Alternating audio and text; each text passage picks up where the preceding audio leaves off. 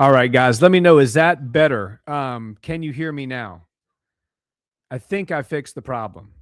Somebody drop a thumbs up in the chat if we got the audio back. Let's see here.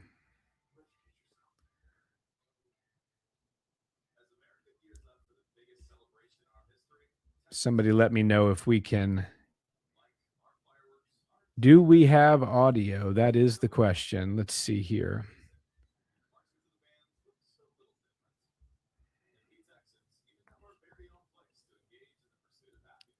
Let's see. Okay, good. Awesome. Audio is working now, loud and clear. Thank you, Heather. Thank you, Moneyball. Thank you, Here and Now and Now and Now and Now. We are back, guys. Sorry about that. I don't know if you could hear me at all in the beginning or if I was just basically talking to myself for the first 5 minutes of this stream. My apologies there. What I was saying, if you guys couldn't hear me, was that your boy Steven did pretty good on his picks so far. Bryce Mitchell handed me my first L of the evening, but I did bat 1,000 on the prelims. Pretty proud of that. Good cards so far. Lots of finishes, lots of submissions. Actually, I think there's been more submissions than there has been knockouts. If not, it's about 50-50. So really submission-heavy fight cards so far. Let's see here. What do we have next? Let me get the media asset up. I believe this is the next one that we got. Faraz Ziam and Tom Nolan. Now, I picked Faraz to win this one. Tom Nolan is very explosive. He's a powerful grappler, very strong, going to be hungry, 10-1, looking to prove himself against a guy who's kind of surging in the division in Faraz Ziam. So going to be a really good fight. I did pick the experienced Faraz to win this fight, and I think I picked late technical knockout, either late second round or early third round technical knockout. Drop in the chat. I will put up a poll here in just a second. Let me see. Let me put a poll in the chat so you guys can let me know who you're taking in this one. Who you got in this one? Tom. Oop. If I could spell, that would help. Let me see here. Let me get this thing up.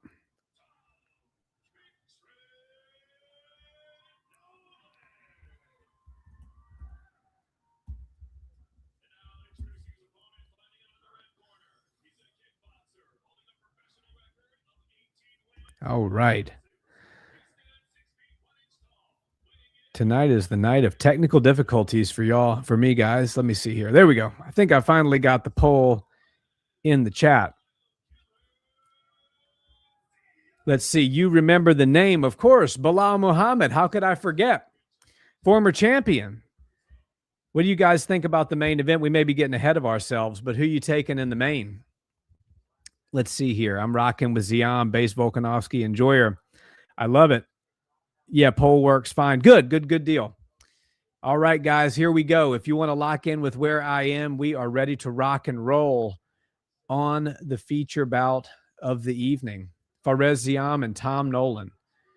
Right out of the gate, Nolan in the southpaw, moving around with an outside leg kick. Faraz level changing feints a little bit. Went for a jab there when Nolan went for a low kick. Looks like Nolan landed on the calf there. We are 4 minutes and 40 seconds left into the first round. If you want to lock in with where I am, we are on YouTube, Facebook, X, and Kick. So thank all of you who are watching from wherever you're watching. We appreciate it. Immediate takedown for Faraz. Nolan scrambling back up. And Faraz sort of in a turtle position, looking to take the back of Nolan here. Nolan's got two hands on one arm of Faraz, defending intelligently, looking to get to the cage and walk his way back to his feet. And Faraz with the body lock, looking to create some distance and throw an elbow. There we go. Faraz lands an elbow, as does Nolan. Kind of looked like it landed on the shoulder. Nothing much of significant strike-wise there. Pretty good takedown by Ziam. Beautiful jab by Ziam there. He's timing that. He looked like he was going for it in the first exchange. He just didn't get the timing right. Now he's sort of locking in. He's got that timing right. He's throwing a beautiful jab when Tom Nolan kicks. That's one thing we love called beat the kick, but there's a beautiful takedown by Tom Nolan, and he's in the side mount position. Great takedown there. Working some ground and pound, posturing up. Tom Nolan looking to step over the head there. Settling back in the side mount position.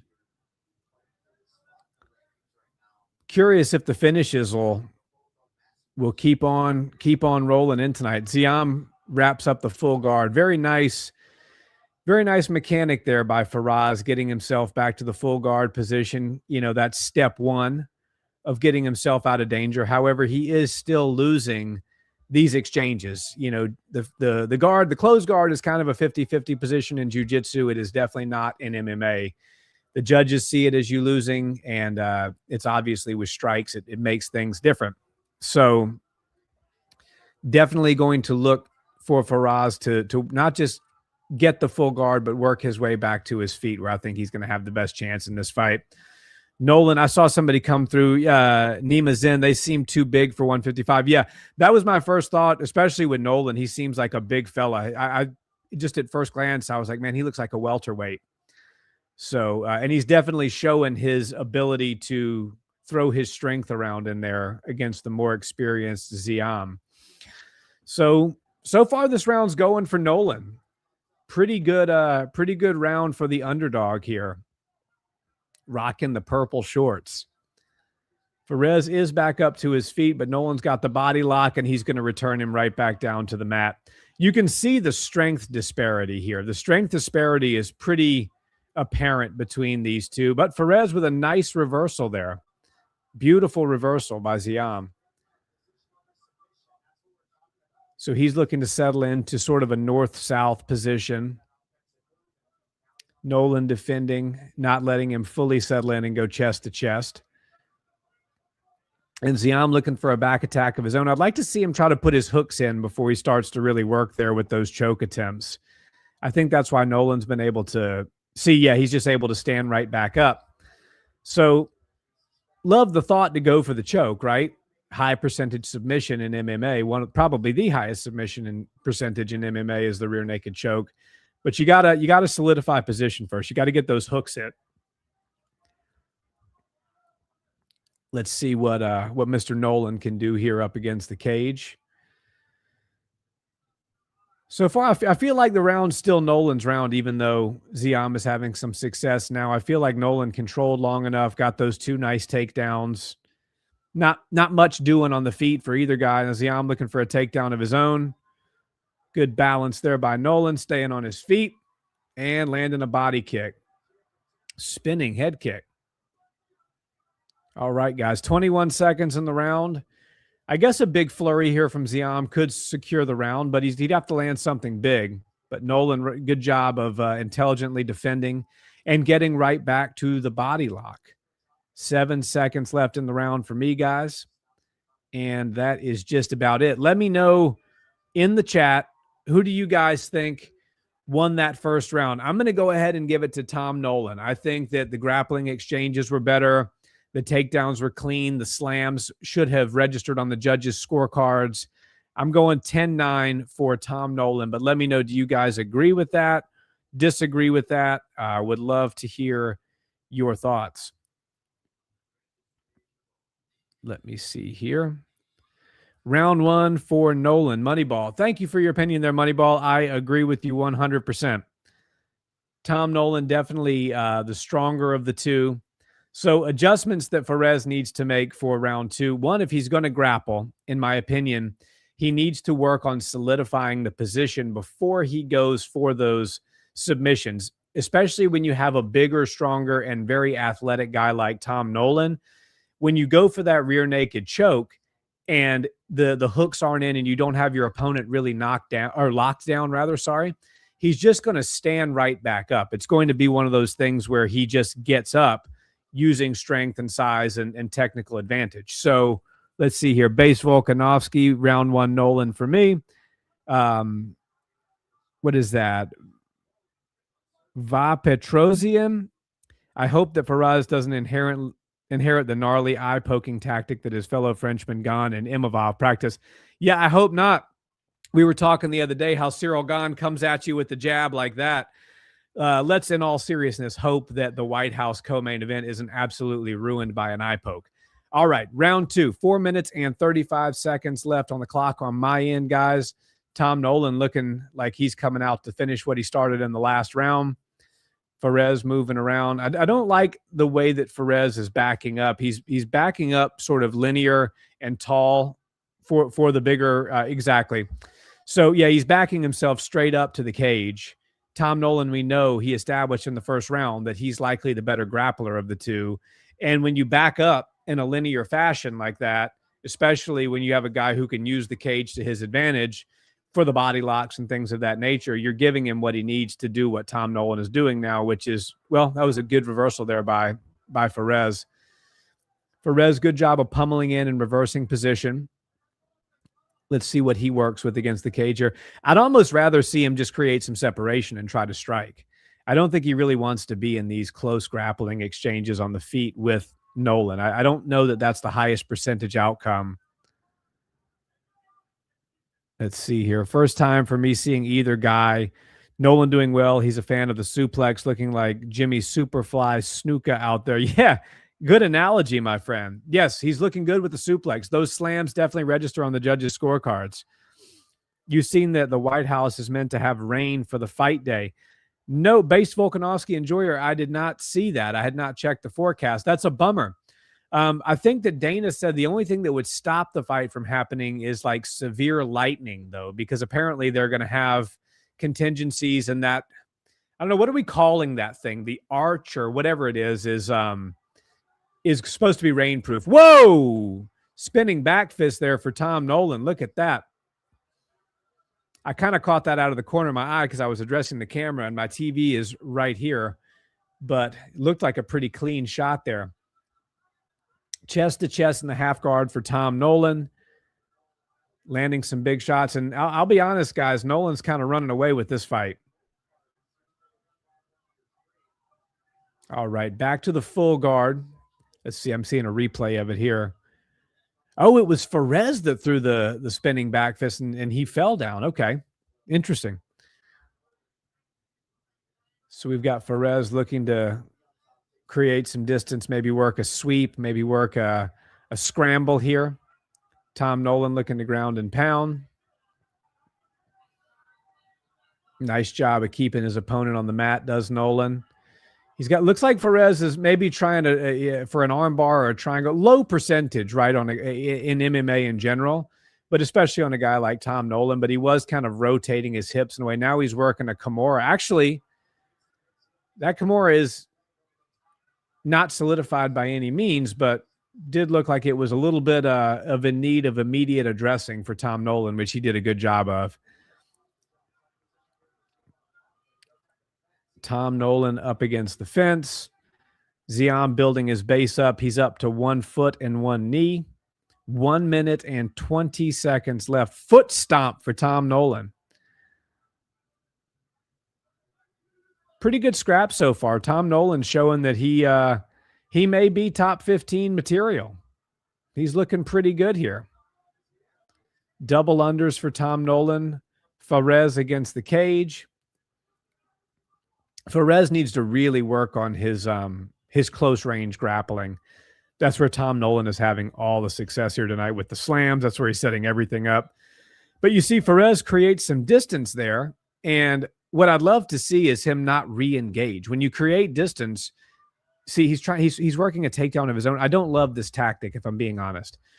Why not try to create the distance? You gave yourself the opportunity for distance, get to range and start striking, right? To me, I don't know, maybe you guys disagree, but I feel like he's been out grappled this whole fight and he's still engaging in the close range pummel sort of situation. So not super in favor of the way that Fares is fighting right now, but let's see what he can do. He has 1 round left to pull something out of his hat, or this is going to be a runaway victory, probably 30-27 for Tom Nolan.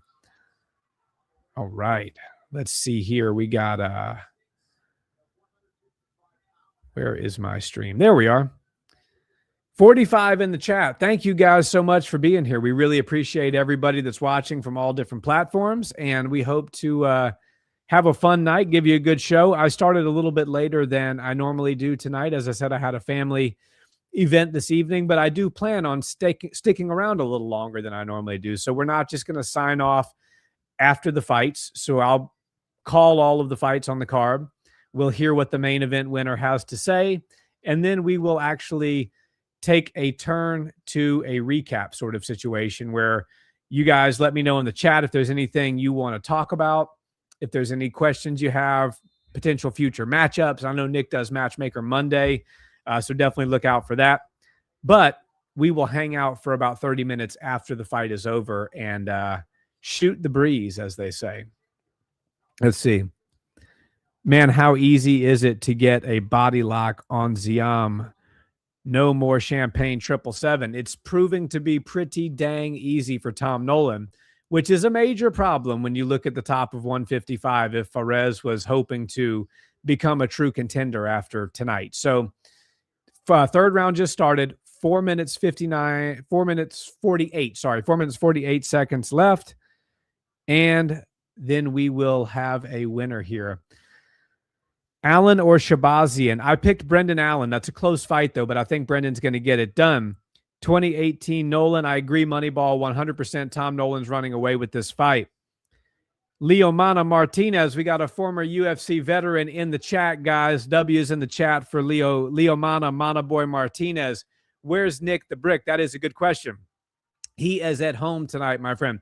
So I have been doing the live streams of the fight nights, and then he's been doing Monday Matchmaker, where he gets all of his thoughts together after the fights and does a live stream Monday night where he makes matches for all of the winners and some of the losers of the fight night that happened prior. Nolan 2-1, underdog crazy. Yeah, Leo Amana, I totally agree that. And honestly, I turned the TV on to do the live stream, and I'm starting to go cold. I got every single fight on the prelims correct, and I got the first fight on the main card correct. Since then, I'm 0-2, but that's okay. Fares just landed a takedown of his own, but again, he's down 2-0. So I don't know what he's thinking with these takedown attempts. Even if he's able to secure this round, he's still going to lose the fight. I feel like this is sort of not the smartest way for him to fight. I feel like he does have the ability to make things interesting on the feet. If he can keep things at range, that's where he's going to have his best success. Tom Nolan has proven that he's the superior grappler through 10 minutes so far. Tom locking up the full guard, working some elbows of his own from the bottom. But again, definitely, unless the fighter on the bottom is really going ham with the strikes and the elbows, it's almost exclusively the guy on top that's winning the minutes in the judge's eyes. So Tom Nolan, though, will he be content just to hang out here? Because he knows, I think his corner and he both know that he squarely won the first 2 rounds. So if Fares wants to play this game for round 3, he can't get mounted, though.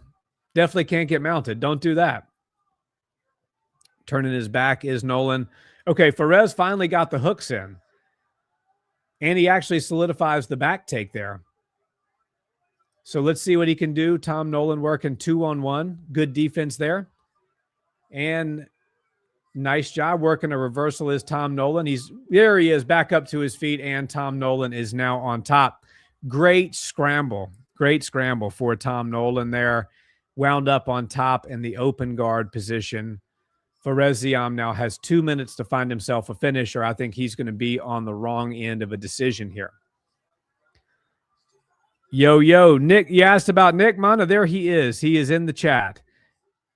Prelims and Dana White Contender Series plays in the game. You got it, bro. All right, here we go. Fares is back up to his feet, but he's only got 90 seconds to work. Let's see what happens. We got 6 minutes and 26 seconds of control time for Tom Nolan, 4 minutes and 5 for Fares. Actually feels like Feels like less than that for Perez, if I'm being honest, but that is what the stats say. So it's what we'll go with. Guys, let me know. I'm seeing myself on the screen here a little bit out of focus. If I appear out of focus, let me know. In between fights, I'll try to adjust the camera ever so slightly. All right, Perez with another takedown, a minute left in the fight. Looking to knee cut pass. And Tom Nolan working side position, trying to create a base to build up to his knees, and 1 foot, 1 knee. Tom Nolan building that base. Let's see what happens here. Anything interesting in the last 30 seconds? Let's see. Perez still working the back. Tom Nolan using the cage, head on the cage to get himself up. Ziam, a couple of light knees, nothing major there. And Tom Nolan, some elbows to the arms. Not a whole lot going on here in the last 15 seconds. Tom Nolan 2-on-1 again, using that hand to better his position. 5 seconds left in the fight. Big shots for Ziam, but look, I think it's too little too late. And that is the fight. So I think, guys, just a touch out of focus. Okay, thank you, guys. Give me 1 second. Let me see if I can fix this thing.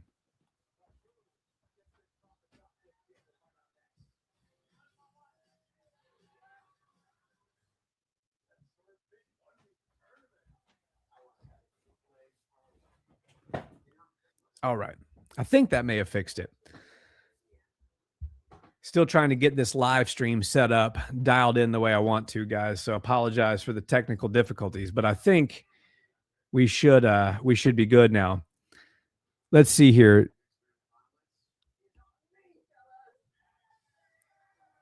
Do we take BA and Bilal for the main event?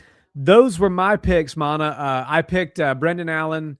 I think it was by late submission. I think he'll be able to wear Edmund down. Edmund's good, right? He's kind of coming into his prime now. He entered the UFC super young.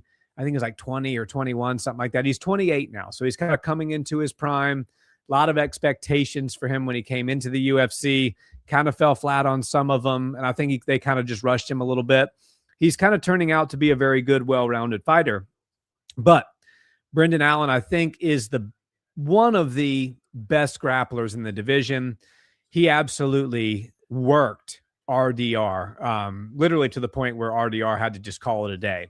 So I think that grappling ability, strength, size, and the superior submission hunting of Brendan Allen is going to win him the fight. I think late submission for Brendan Allen. Let's see here.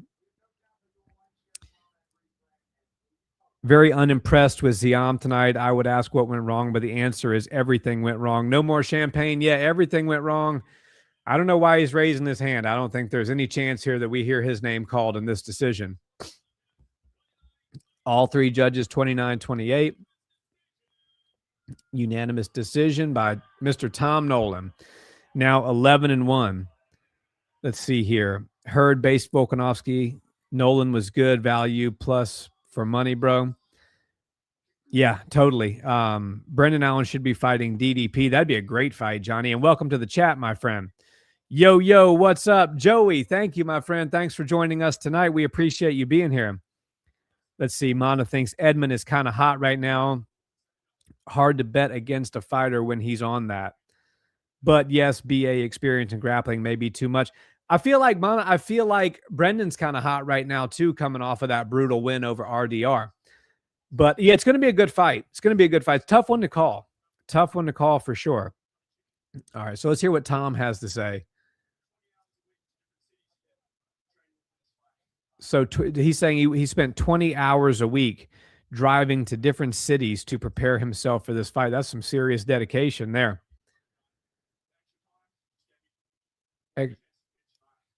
Had a little extra time, gave him more of an opportunity and a chance to win. Yeah, big moment for him, 10-1, only 11 pro fights going into this fight.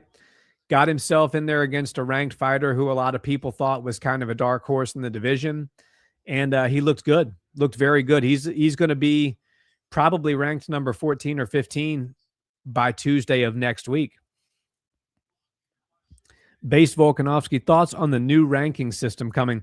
You know what, man? I've heard a little bit about this, but I actually am not uber familiar, to be honest with you. So if you know, maybe let me know in the chat, what are the main things that are different about the new rankings that I should know, and then maybe I can give an opinion on it. I was actually planning on doing some research for that for a video that we have coming up midweek next week. So would love to know your thoughts as well on that. And as always, guys, one thing we do on this channel has kind of become a staple is we rip packs in between fights. So if you're new here, you know that we pulled some good ones actually. When we did the 328 live stream, Joshua Van retained his title against Tatsuro Taira. And immediately following that, the pack that we ripped had a Josh Van auto.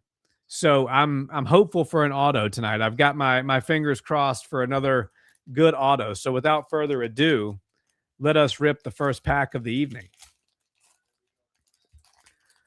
All right, and congrats again to Mr. Tom Nolan on a great performance. All right. Let's see here. The first card of the night, guys. We've got Daniel Marcos. Nothing remarkable there, just a base Daniel Marcos. Ooh, this one, rookie card. Actually, I believe a friend of Nick's, or at least the friend Lee rather, from around the Texas MMA scene. Rookie card for Mr. Cody Steele. Really good performance for him down in Australia just a couple weeks back. And this guy, you know him, you love him.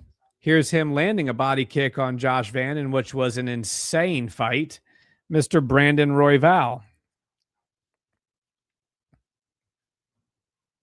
And we have our first insert of the night. Global Warriors JDM 67 of 199. So this is an out of 200. Jack Della, former champion, Global Warriors. That's pretty cool. And we have a refractor, Kai Asakura. This is pretty neat. Kai Asakura refractor. And a Casey O'Neill. Going downhill just a little bit here, guys. Let's see here. Zhu Rong, rookie card. We like a rookie card. And strange enough, in the same pack, the exact same card, another Casey O'Neill. Never done that before. Never pulled the exact same base card in the same pack. So a couple cool ones there. Let's see here. Let me go back to the comments. Basically just said it'll be focused more on performance instead of opinion and popularity. Okay. Well, I like that. I'm like Sean and Mick. I don't care about ranking all the time. Yeah, Johnny, I mean, it definitely doesn't seem to be something that has ever gotten in the way of them making a good fight, right? They will make the fight they want to make. Ranking schmankings. Of course, yeah, Nick, that is his opinion and has been forever. Let me see. Johnny, do you have Victor Wimbayana cards? No, I don't, man. I do not have those. I just recently got into this whole card thing. It's been like literally the last couple of months, we started buying these Topps Chromes mega boxes, and we've been pulling them for the because I feel like sometimes, especially I needed it for the Netflix card, right? Because there was so much time to kill in between all those fights that we were just like, you know what? Let's start ripping packs in between the fights. And so it's kind of fun. And I have gotten quite into it over the last few weeks and months. So I'm trying to learn more. I would still put myself as a white belt, maybe with a couple stripes on my white belt. As far as knowledge in the card game, I know a lot of you guys are way more knowledgeable than I am, but it's fun. It's fun. I like to pull them. And our friends over at Home of Fight, they actually give us a repack pull every week. And so we basically get a pull, and we get to keep whatever we pull. I think the most expensive thing we've pulled in the repack was like $150 limited edition signature Jack Della Maddalena. I just had that sent to me a couple weeks ago. It looks pretty cool in person. But yeah, and in exchange, we just kind of make an Instagram video out of it. Cool. I hope Ethan Ewing gets a rookie card. That'd be pretty cool. Yeah, Joey, I totally agree. Cool cards, Heather O'Neill. Thank you so much, Heather. Are you a card person, Heather? Do you rip packs? And Base Volkanovski Enjoyer, is the audio a slight bit out of sync for anyone, or is it just me? I don't know, man. Let me know in the chat, guys, because I can only hear myself. I mute the other like I have the StreamYard here, and then I've got YouTube here, so I can put the polls in YouTube. So I mute that, although because otherwise it just sounds like I'm echoing myself. So we don't need this fight on here anymore. So let's get Brendan Allen versus Edmund Shabazian up on the screen. Okay, here and now and now and now it's just him. All good on Nick's end. Good deal. Let's see here. Let's end this poll and let's start up another one. Who wins the co-main? Allen or Shabazian?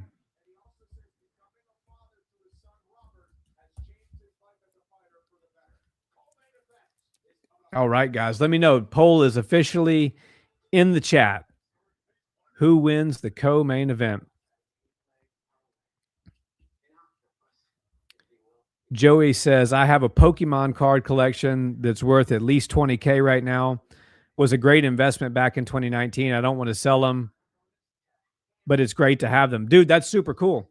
My son loves Pokemon. Obviously, he's a toddler. He has no idea what value of anything is.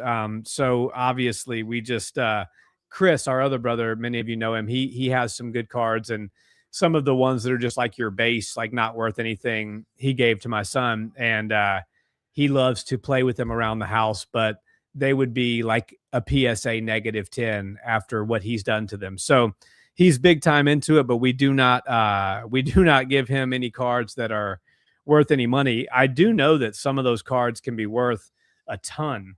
And I think Chris actually started ripping packs that were not MMA related, but like baseball and football and stuff like that. Heather says, no, I don't, but I definitely enjoy watching y'all open the cards. Thank you. Yeah, we enjoy doing it as well. Base Volkanovski, Allen representing Brazil, just looks wrong. Yeah, I mean, but so he's born in North Carolina, if I understand his story correctly. Mother is Canadian, so I know he, reps America because he was born here. That's pretty easy to understand. I get wanting to rep your mother's flag. In Canada, he fought in Canada. That makes some level of sense. What's the Brazil thing? I must have missed the memo on the Brazil. Let's see here. Moneyball, did you catch the Makayev fight in WoW FC? Sheesh. No, Moneyball, I didn't. I expected he was going to go in and steamroll. Is that what happened? But I will say Josh Van had the comment of the week this week. And I can't even remember the song, but which is insane. I know it's Busta Rhymes, but he was basically saying that if he couldn't beat Josh Van, that he would retire from MMA. Josh hit him with the comment, why you hating from outside the club? You can't even get in. If somebody can drop that song in the chat, I will give you a W in the chat. I can't remember the name of it, but let's see here. Yeah, let me know how he looked. I like Bonfim. Bilal seems like he has one path, and Bonfim likely figured out how to deal with the takedown. Looks good during this camp. Not an easy one to pick, but I'm leaning slightly towards Bonfim. Interesting. Me and little bro are at odds on that one. I have Bilal by decision, and unfortunately, probably a grapple fest decision, and not one that lends to being the most exciting.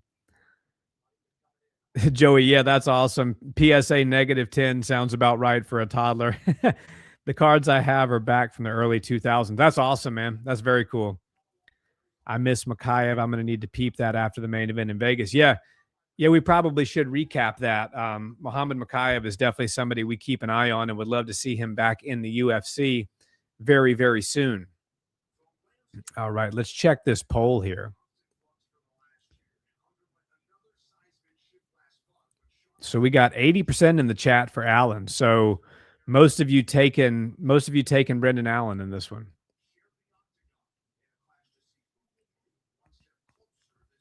All right. We got another promo. We might as well rip another one of these packs, right, guys? Because they are still doing an extended promo here. Brendan Allen, Edmund Shabazian. So let's see what pack 2 of the night will get us. All right. Rookie cards tonight. Lots of rookie cards. Navajo Sterling rookie card. A lot of promise for Sterling. And another rookie card. Carlos Leal. I'm a fan of this guy. This guy's got an exciting fight style. Carlos Leal. Rookie card. And let's see here. In your face. Ray Tsura. Insert of the night. And former champion. You know him, you love him. Welterweight Mount Rushmore for sure. Mr. Kamaru Usman needs a fight announcement soon. Some are saying DDP. Others are saying DDP has other business. Oban Elliott rookie card as well. Lots of rookie cards tonight, guys. I like it. Love the rookie cards. And we got Thiago Moises. This is so interesting, guys. So we have this Thiago Moises that I just pulled, and this happened in the last pack as well. And immediately, the same exact card directly behind it. Thiago Moises as well. And then we have Figgy. I was pretty critical of Figgy. I got some people totally agreed with me, and some people ripped me apart in the chat. That's okay. But I think Figgy just kind of had a lackluster performance. It didn't seem like he really wanted to fight last weekend, if I'm being honest, guys. Oh, Moneyball. Yes. Look at me now. Song. There you go. That is the one. And thank you so much, Moneyball. Thank you for supporting the channel. Guys, if you haven't already, Moneyball creates MMA content as well. Hopefully, we'll be able to do something together at some point down the road. She's an up-and-coming creator, and we love to support those up-and-coming MMA content creators. So make sure you give her a like, a comment, and if you would be so kind, a subscribe to her channel. Thank you so much, Moneyball. Let's see. Heather, I miss Makayev too. I didn't know he was fighting anywhere. Yeah, it wasn't that wasn't that well advertised, unfortunately. Let's see here. Here and now. He insta-quit. Yeah, that was I mean, literally, and this is not hyperbole, this is the truth. I have tried harder to defend guillotines at a Sunday morning open mat in a hobbyist jiu-jitsu gym. So I mean, when you're getting paid 6 figures to fight, you got to put forth a little bit more effort to get out of a guillotine than that. Just my 2 cents on it. Joey says, you think Farid Basharat is too early for Ewing? Yanez is fighting Garbrandt the same night, which sounds like fun, but Yanez versus Ewing was the one I wanted to see. Dude, yeah, Yanez versus Ewing would be a baller fight. And Farid Basharat is kind of that tells me the fact that Adrian is on that same fight card basically tells me that they think that Ewing could be something serious. And so they're like, they're wanting to not mess around. Let's throw him to a ranked guy. Let's throw him to a guy that's very good. And let's see if we can maybe fast track him, because Ethan Ewing has got a lot of juice right now. He's got a lot of momentum. And so the fact that it wasn't against Yanez and it was against Basharat, I think tells you what the UFC thinks of him. But is it too much too soon? I don't know. We will have to see. He's going to be he for sure will be considered as legit as it gets if he can beat Basharat. Moneyball, I 100% agree with you about Figs. Yeah, unfortunately, and I was a fan at 125. I mean, he was heavy-handed finisher, at flyweight, one of the best flyweights of this generation. But yeah, unfortunately, his career now is just kind of like him showing up and collecting a paycheck and calling it a day, and I don't really love that. Let's see. Joey says, at least Garbrandt won't have to worry about takedowns with Yanez. It should be a great scrap. Yeah, it should be fun. I mean, Cody's fast, Adrian Yanez is a fellow Houston guy. I don't know him personally. He trains at, let's just say, the rival gym to the one that we train at, Metro, and they're out of a gym called O Athletic in the Houston Heights. And I don't know why, guys, but there's a lot of drama in the Houston MMA scene. It's like the Real Housewives of Houston MMA. So it's like the Main Street guys don't mess with those guys and vice versa. I've never been that way. I like everybody. I cheer for everybody out of Houston.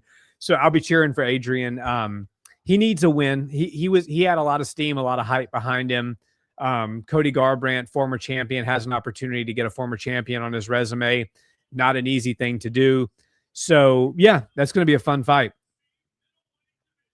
You're a legend, Moneyball. Thank you so much. Yes, Moneyball is an absolute legend. W in the chat for Moneyball. Here in Afiki made enough to open up a bunch of hair salons. Yeah, everybody in Suri, Brazil, can have that red streak. It's the Suri streak. That's what I'm calling it. All right, guys. Let's see. Where is this poll now? 75-25. 8 votes in the chat. Most of you, like me, taking Brendan Allen to win this fight. All right. Repping Brazil. Still not 100% clear as to why he's repping Brazil. If somebody knows, let me know. Like I said, I get the U.S. and the Canada. I know he was born in North Carolina. That suffices for the U.S. and Canada. I believe his mother or father, I think it's his mother, is Canadian. I'm going to be honest, guys. Brendan Allen looks good. He looks as fit as he's ever looked. What's the gym out of Houston? Here and now, the gym that we train at is called Main Street Boxing and Muay Thai. Terrence McKinney has come through there. Kevin Holland has done several camps there. The main staple that you would know, probably the biggest name recognition, is Derek Lewis. He's there. He's preparing for his fight right now. There was a famous body shot at the gym that he gave somebody for their birthday that dropped him. The one that Yanez trains at is Metro MMA, I believe it is. And they were a good gym. Their coach passed away suddenly, unfortunately. And then they were left without a lot of direction. And so it kind of became like Adrian and the guys were teaching the younger guys. And, Cameron Smotherman, who was knocked out by Kai Asakura, I believe, is there as well. They need a head coach. They need somebody to step up and be the head coach. They have good fighters there. But we are 30 seconds into Allen versus Shabazian. Allen and Shabazian both trading some straight punches so far. If you want to lock in exactly where I am at 4 minutes and 16 seconds left into the first round. OG Sniper XXL, what's up from TikTok? What's up, man? Thank you for joining us. We appreciate you coming to YouTube and finding us here, and hope you're liking the long form content. Very different than the short form content that we do, but we try to entertain just the same. Big shots out of both of these guys so far. Both of these guys are looking to make this a quick night. Edmund looks good too. Both of these guys, I'm going to be honest, optically look the best that I've seen them. Low calf kick there for Brendan Allen. I like the range this fight is taking place in so far. It's a boxing range, just outside of, just inside of kickboxing range, rather. Both guys looking to slip and counter. That was a nice slip to a sort of an overhand by Allen there. Nice uppercut to a hook by Allen. But Edmund's landing a few shots of his own in these combinations. I think that Allen is just landing them a little bit cleaner. Inside leg kick for Brendan Allen. And spinning heel kick for Brendan Allen. Nothing doing there. Edmund saw it coming from a mile away. I'm liking the cornrows for Allen tonight. They look tighter than they ever have. So both guys working a jab. Both guys very comfortable in this close striking range. Both guys looking like they're wanting to box tonight. Step in jab for Brendan Allen. Edmund Shabazian needs to try to pull the trigger here a little bit. I think he's trying to wait to see what Allen does and counter. I'd like to see Edmund go first on some of these exchanges. He just landed a nice jab there. I'd like to see him start to put together some combos and go what they call first and third, where you basically start the combination, You let your opponent throw a few things and then you finish. It's called going first and third. It's a very when you're able to do that in striking, it looks very good in the judge's eyes, and it allows you to do your offense, see what your opponent wants to bring, and then counter and finish with an exclamation point on the exchange. So Brendan Allen moving well so far. Very content boxing tonight. I'm surprised. Oh, I was just about to say I'm surprised he hasn't gone for a takedown. And literally, as the words are about to come out of my mouth, he shoots a single. But defended well by Edmond. Allen's got Edmond up against the cage right now. Just over a minute and a half to work in the first round. So far, I'm giving this round to Brendan Allen. I think he's landed the crisper shots on the feet, put together the better combinations. But certainly, Edmond could steal this round in the final 90 seconds with a few big combinations that registered. Edmond's doing good with that jab. I want to see him follow it up with something, though. Brendan Allen looking like he's trying to time that counter. Good straight two by Edmond there. Good straight two. And a nice one, too, again for Edmond Shahbazian. Good straight punches. Two beautiful stiff jabs for Shahbazian. This is what I want to see out of him. He's turning things around at the end of this round. And Brendan Allen looking for a takedown, immediately stuffed by Shahbazian. Okay, I'm liking what I'm seeing out of Edmond in the last 90 seconds. I was a little bit concerned the first half of the first round, but I'm liking to see him put the combos together, start it with the jab, and start to put multiple punches together. And you can see it registering on the face of Brendan Allen. Brendan Allen, nice jab there. Circling out is Shahbazian. 30 seconds remaining. We sort of have Edmond Shahbazian on the cage side of the black line. Let's see if Allen uses that opportunity to shoot a takedown at the end of the round. Nope. Spinning heel kick. That spinning heel kick, I think Allen needs to go back to the drawing board with that a little bit. He's getting there, but he needs to work that one a little bit more before we start to throw that in a live fight. Nice clinch knee by Allen, but followed up with a good hook by Shahbazian. Some good back and forth exchanges here. Good first round. Really good first round. Close first round. I was leaning very much towards Brendan Allen until those last couple of exchanges there. So what do you guys think? Let me know in the chat who won that first round. Was it Brendan Allen or was it Edmond Shahbazian?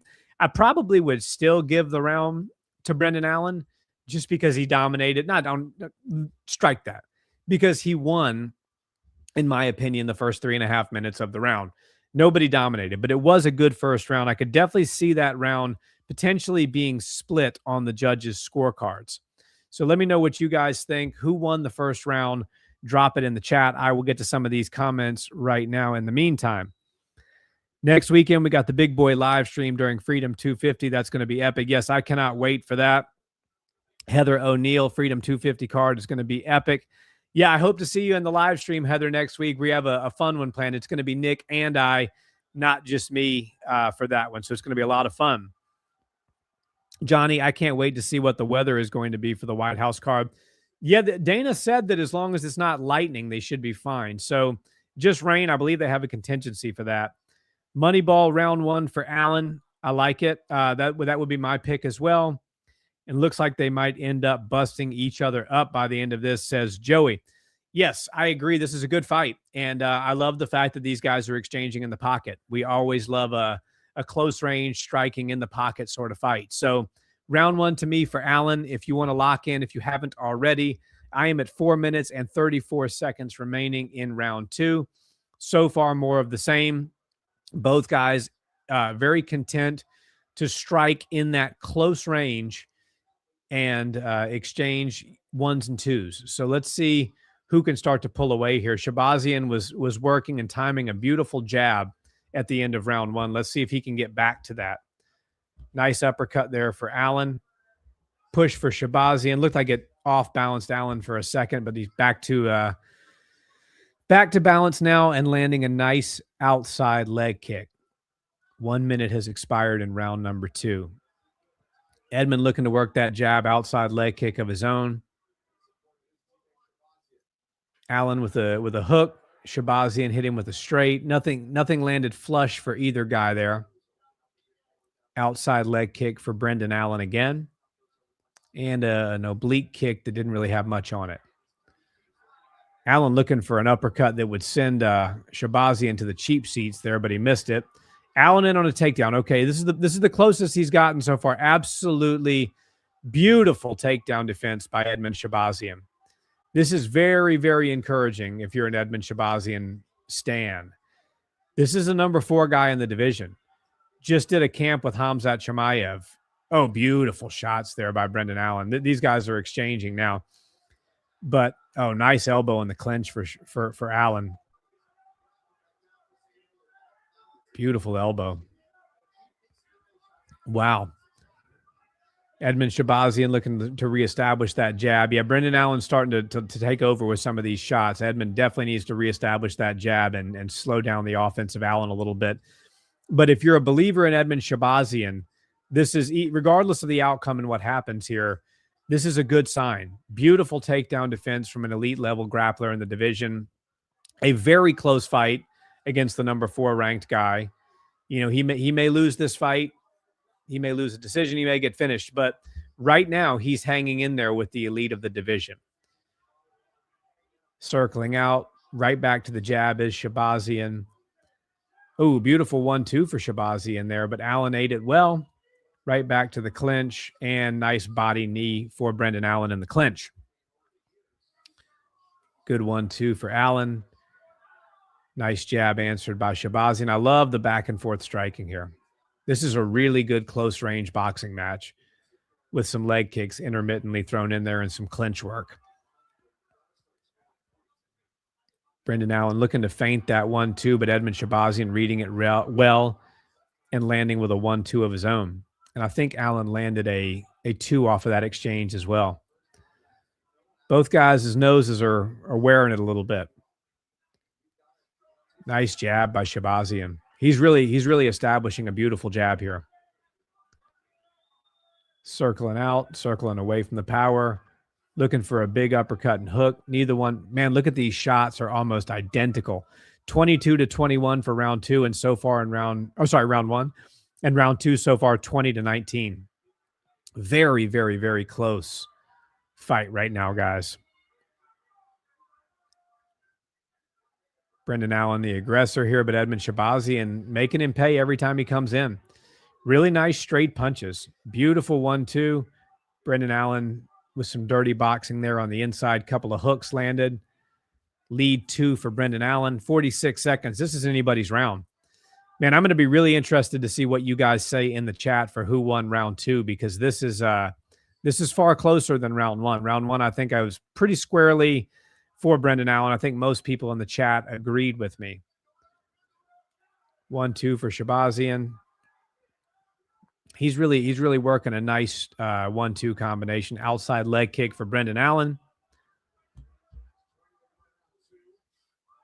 And hook, lead hook for Brendan Allen.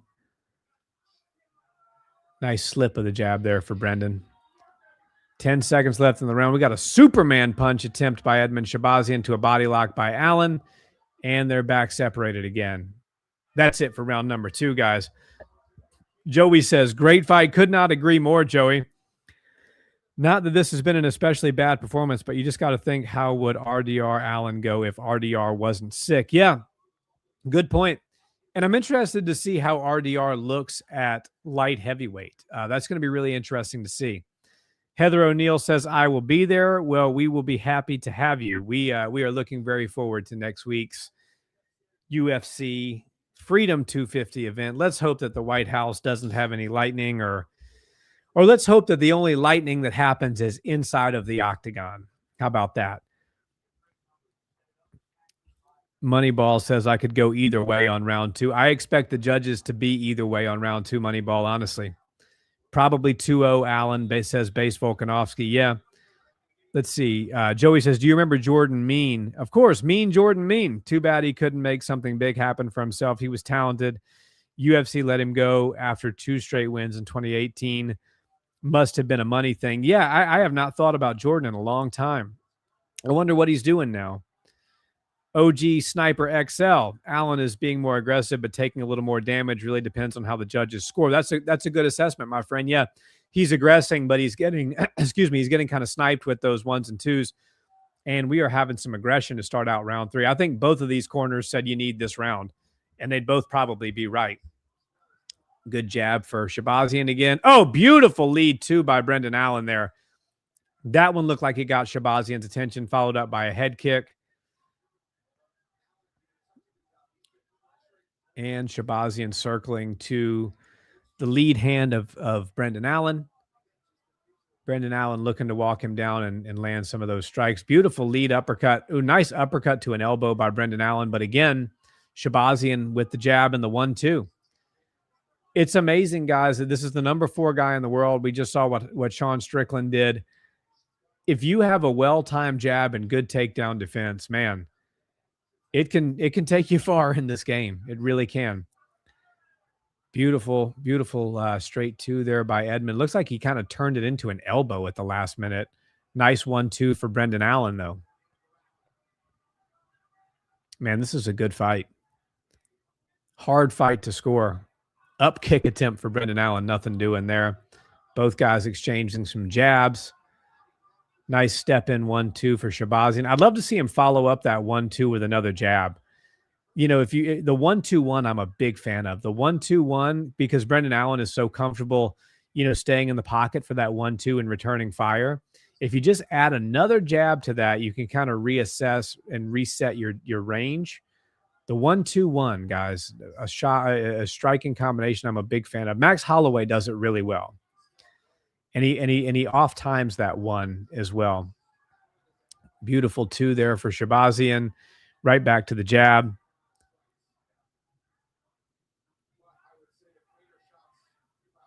Jab for Brendan Allen, looking for that head kick. Nothing doing there. Nice 1-2 for Shabazian. Nice hook for Shabazian. Both these guys wearing a little blood on the face. I like it.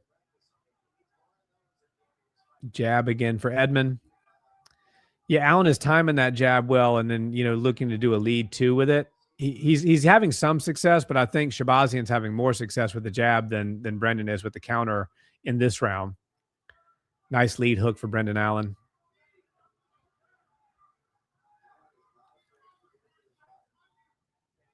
He's got Shabazian backed up against the cage. Now Shabazian circling out to the power side this time.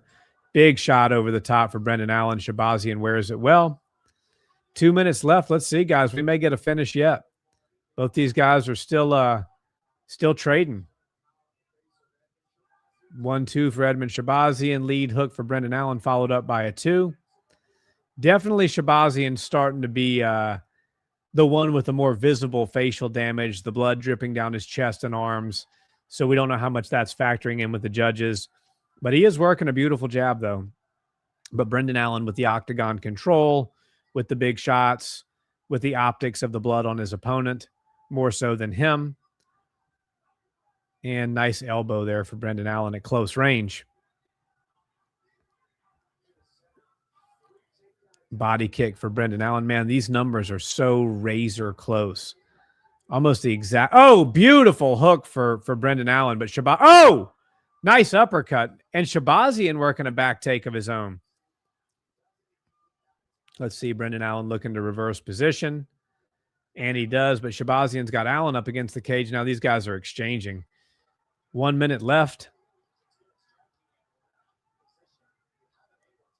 And hand fight. Lead elbow for Brendan Allen. Clinch position here. Let's see. Big elbow for Brendan Allen. Another big elbow from the other side. Oh, I think that elbow opened up a cut that was already on Shabazian's face a little bit more. He's got quite the cut above the eyebrow there, or to the side of the eyebrow rather. But a beautiful jab, a beautiful hook by Shabazian. We've got some blood on the top of the head of Brendan Allen. I don't think that may be from Shabazian. I don't know if it's a cut. I can't tell. Looking for a single. Brendan Allen gets the single straight to the back. But Edmund Shabazian working his way back to his feet. 15 seconds left in the fight. And he is back to his feet. 10 seconds left. Let's see. Do these guys throw? Yes, they do. They are going at it in the final 10 seconds. 3 seconds, and that's the fight. Man, Good fight, guys. Good fight. Who do you guys have winning that fight? I think Brendan Allen edged it out, but that was a hell of a fight. Probably fight of the night. And yeah, I think that Edmund Shabazian shows that he's can compete against the guys at the top of the division. But I think Brendan Allen did just a little bit more. So let's see here. Johnny, I'll start with Johnny. There we go. I don't see Allen becoming champion. Yeah, I mean, it's a tough division to become a champion in. So he's good, but is he that good? I don't know. We'll see. He still does. I don't know exactly how old he is. I can't remember. I think he's like right around 30. But, so that means he's got a few years left in his prime. We'll see what happens. Base Volkanovski, enjoyer, only lightning inside the octagon. UFC just hired you for their marketing team. Hey, I'm ready. As long as it doesn't take away from this channel here, we're pumping out more content than we ever have. So I'm trying to make this the main focus and slowly phase out the day job if the growth keeps happening here. So, that would be cool though. 1-2-1 is very effective, says Joey. Yes, it is. I love that combination. Everybody always thinks of the 1-2-3, and while that is good, the 1-2-1 is less expected, and it really sets the person's head. If they're looking to counter, that's a great combination to throw because it totally throws off the timing. Let's see. Joey also says Allen has been working on his boxing for sure. Something is clicking for him now. Agreed. His boxing looked very good tonight. Shabazian's left rib looks messed up. No, says Sniper Double XL. Let me look at him again. Yeah, but he's always had kind of that odd shaped rib cage though. But it may be a broken rib. But I always look to see if it's like symmetrical, and to some degree, it does look like it's symmetrical. Brendan Allen's got his son in the cage with him. Brendan Allen, unanimous decision. This would have been a great 5-rounder. Elton, I totally agree with you. Who knew Allen's elbows were his best weapon? They certainly looked like it tonight, Moneyball, that's for sure. They just gave themselves $100K each, says Joey, for sure. Fight of the night, says Moneyball. 30-27 Edmund. Johnny, interesting. 30-27 Edmund. That's very interesting. How did you come up with that? 54 seconds left in the fight, shows an angle of Shabazian's rib or something. Yeah, I'll have to go back and watch it when we're done here and see what you're talking about there. But his rib does look a little messed up. And then Base Volkanovski, I always find it weird when some people have their ribs like that. RDR and Shabazian have that. Yeah, it is strange when they go down a little bit. It looks like they protrude. I always look for symmetry. Is it like the same on both sides? And if it is, it's probably just genetic. If it looks weird on one side and not the other, maybe an injury, maybe something else. Let's see. About to make myself some red chili burritos. I like it, man. Save some for the rest of us. I had it 30-27 Allen, says Base Volkanovski. I think my final scorecard, guys, would have been 29-28 Allen. I do think Edmund may have stolen that last round, but 30-27 is respectable too. Allen saying he's a dog. He comes to fight. He wants to put on the show. Doesn't matter who talks smack about him. He's going to come out every time and put it all on the line. Love it. Paul Felder asking him who he wants to fight next. Let's see if he's got a name on the top of his mind. Taking a fight against an unranked guy is a G move.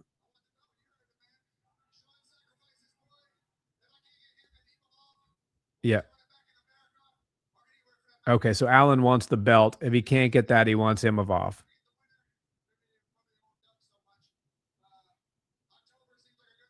October.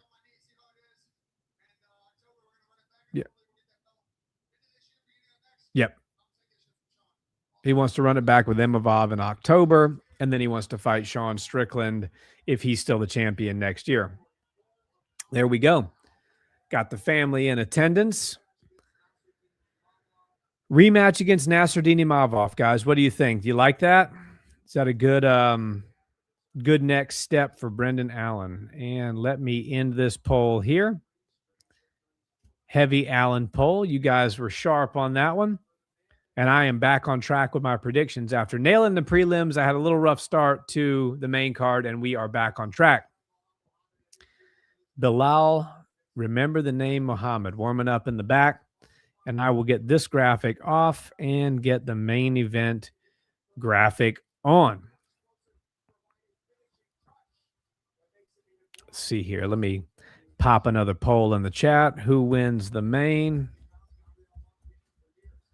Bonfim or Muhammad? All right, guys, we got, let's see here, 54 total in the chat. Thank each and every one of you for watching tonight. I really appreciate it. We appreciate you being here for these live streams. These have been a lot of fun. Tonight, if you're just joining, I started a little bit later than I normally do. Had a family engagement this evening and got back from my dad's house a little late. And so I am going to be staying on a little late. So we'll do like a little modified off the cuff recap, if you will. So stick around. When the last fight ends, we'll hear what the winner has to say in this main event. And then we'll do just a little recap and some Q&A. If you guys would be so kind to drop some questions or, some thoughts in the chat, we'll have some fun after the fight's in. And of course, we got to rip another pack, probably another 2 packs because I'm behind on these tonight. So some decent rookie cards so far. A numbered Kamaru Usman. We like that. And let's see what this pack has in store for us. Starting off, we have a Chiwiwi Raul Rosas Jr. base card right there. Rookie card, Mr. Van Zant. Austin Vanderfort. Austin Vanderfort rookie card. Lots of rookie cards tonight, guys. Pulling a lot of rookie cards. You know him, you love him. Former title challenger, Mr. Steven Urseg.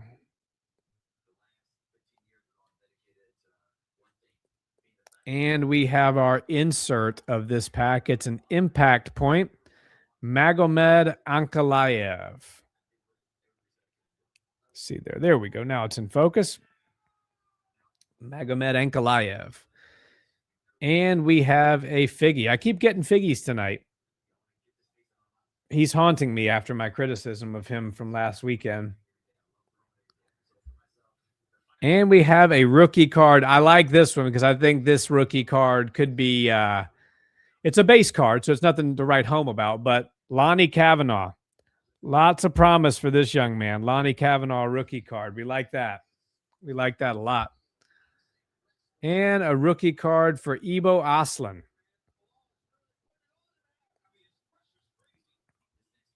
All right, and this fella is no rookie. He's been around the block a time or two, a former champion. Will he ever fight again? What the hell is going on with Mr. Jamal Hill? I don't know. And I saw him in Aljo's Instagram story not too long ago, maybe last week, and he is looking like every bit of a large heavyweight. So, yeah, let's see what happens with him. Let's get back to these comments. Joey says, who would you give JDM back on track? Edwards, Mike Malott, or Jeff Neal? All really good options, and I actually think JDM can beat all 3 of them. The biggest name would be Leon, get a former champion back under his resume. I think that would be the best one. That's also the most difficult for him. I love Jeff, but I think Jeff Neal would be, at this stage of Jeff's career, the closest thing to a guaranteed W. I wouldn't say for sure that Jeff couldn't pull the upset, but it feels like Neal would be the easiest for me. And then it would be kind of a tie between Malott and Edwards. I think both of those fights would be about the same difficulty level, but the former champion obviously is a better resume builder. And you could do, I think there was a lot of heat and steam on that fight at one point. You could go ahead and make it. Johnny says Imavov made him look like an amateur. Yes, he did. So do you think Brendan Allen has improved enough to make the rematch different? That's the question. Imavov is just a level above, in my opinion, says Base Volkanovski in Joyer. Yeah, Imavov's really good. I'm interested to see Imavov versus Sean Strickland again. But I do see Hamzat training. I am hearing rumblings of a rematch there. Honestly, got to feel bad for Nasruddin, right? Because the guy's done nothing wrong. He deserves a title shot. But I get it. Sean versus Hamzat's a big fight. Let's see. Allen should fight either Joe or Caio next. Yeah, Caio Bahalio, I read today he had to pull out of a fight due to an injury. I didn't see exactly what it was. Hope he's okay. Johnny says Bonfim winning by sub. The podcast incubator official. Bonfim takes it. And Marco Ramirez Bonfim sub is good. I want to bet right now. Well, don't take my advice, but I picked Bilal Muhammad to win a decision. So now I will say this: there's that line guy on Instagram, on X, and I think he's been wrong on two main events the entire year. He blames one on bias, which he apologized for, and he blames one on the fact that Sean and Hamzat never actually got to face-to-face square off. Other than that, he's been right on everything. And he did have, who did he have? He had Bonfim winning. So the line guy says Bonfim. So let's see. Here and now and now and now, why did Giga Chikadze pull out of his fight? And what happened to him? He looked like a killer when he came into the UFC. We talked about him at the gym as this guy who's like going to be a nightmare for everybody. I think people figured out his style. I think people figured out how to get around his striking. He does fight very hands low. He's good at what he does. But in the UFC at the highest level today, you really got to be good everywhere. And the guy, like, if you show up as a specialist, it's hard to be ready to roll. To be ready to rock and roll. I was reading that other comment there. Rib injury needed surgery. Base Volkanovski and Joy. Ooh, that's is that Kaio? That's a bummer if that's the case, because that means he may be out for a minute. That sucks for Kaio. Let's see, where are we in the poll? Who wins the main? Bonfim. 71% of you guys so far think Bonfim wins. He's walking out right now. Let us rip one more pack while we're waiting for Gabriel Bonfim and Mr. Bilal Muhammad to enter the octagon. All right. Starting off this pack, we have Amir Albazi.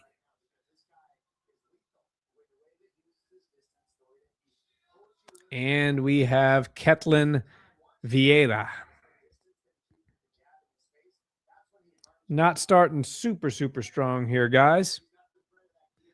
Tatiana Suarez. No rookies, no refractors, no inserts just yet. And just as I say that, here is our insert. In your face, the champ, former champ, Weili Zhang. That's a cool one. And it looks like we have a refractor, Dricus du Plessis. Hopefully we get a Dricus announcement soon. That would be cool. And another champ, Kayla Harrison.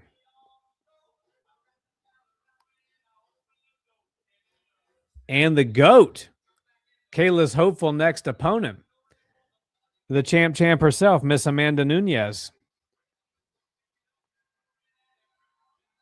And we are finishing up with a rookie card of Michael Parkin. Heavyweight rookie, Michael Parkin. All right. Pulling some good rookie cards tonight, guys.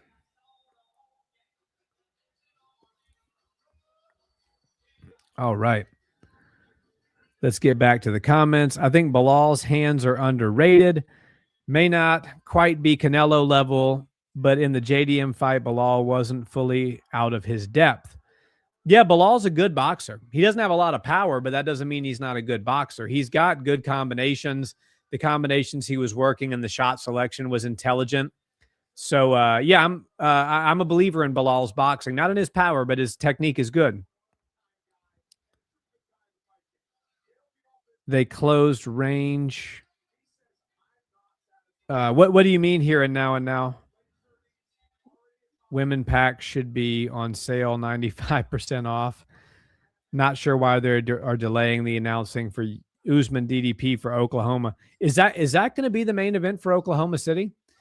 Because I'm going to be honest, I have some friends in OKC and some fight fan friends, and they feel like they're being done kind of dirty right now with what has been announced so far. But that would be a good main event. Metitude, hello, welcome to the chat. Thanks for commenting. Canelo has Muhammad hands. I don't know about that. That's a bit of a stretch, but I like the belief in Bilal. Remember the name Muhammad. Bilal can't be a serious fighter coming out to that song. What song is that? I feel like that's a 1950s like soda shop. Nick probably knows. If Nick's still in the chat, he could probably tell us. Nick is a music historian and musician. All right. Let's go, guys. Moneyball says, Steven, what commentators do you like? That's a great question, Moneyball. I think so. You're talking about UFC commentators, not necessarily podcasters and people in the space. So if we're just talking commentators, I'm a big fan of John Anik. I think John Anik is a consummate professional. What he lacks in technical knowledge, because he's not a true fighter, he makes up for in his research and the effort he puts into what he does, his dedication to even pronouncing everybody's names correctly. And he's always got good angles. I love that he's giving kind of behind the scenes on Instagram of like, this is the opener that I'm working for my script for UFC 329 or UFC Freedom 250. It's very cool. I'm an Anik fan. I also like Paul Felder. I think Paul Felder does a good job. He calls the fights well. Dominic Cruz, I'm not the biggest fan of, if I'm being honest. Dom has a lot of technical knowledge, but I feel like it's more of like he tries to call the fights to me to show off how much knowledge he has and not to necessarily do a good job of following and calling the fights. It's almost more like a look at me and listen to me and how smart I am type of thing. And Dom is a historian and he understands fighting at a deep level. So I'm not criticizing him, but I think he overdoes it at times. Obviously, Joe Rogan is the OG. I think Joe has gotten a bit out of practice lately because he's only doing 6 or 8 of these a year, but he'll always be an OG. He's a big reason why the UFC is mainstream today. And so I love Joe for that. But yeah, I hope that answers your question. Base Volkanovski has seen many reliable people say Usman and DDP is signed. That would be great, man. That would be something. Interesting fight. That to me is very interesting, right? Because that means that, Usman said a couple months back, I want one more title run. I want one more chance to be the champion before I call it a day. And this to me feels like the UFC saying, okay, you can have it, but not at 70. 70 is too hot right now. You can have it at 185 if you'd like to. And it seems like he's like down for that. And it makes sense because he's not going to, I don't think he can beat Islam. You have Ian Gary, you have Carlos Prates, you have Michael Morales. There's so much, and who knows what's going to happen with Topuria. Is Topuria going to win and then, move up to 170 and they put everybody on hold? So Usman doesn't have that many years left to mess around.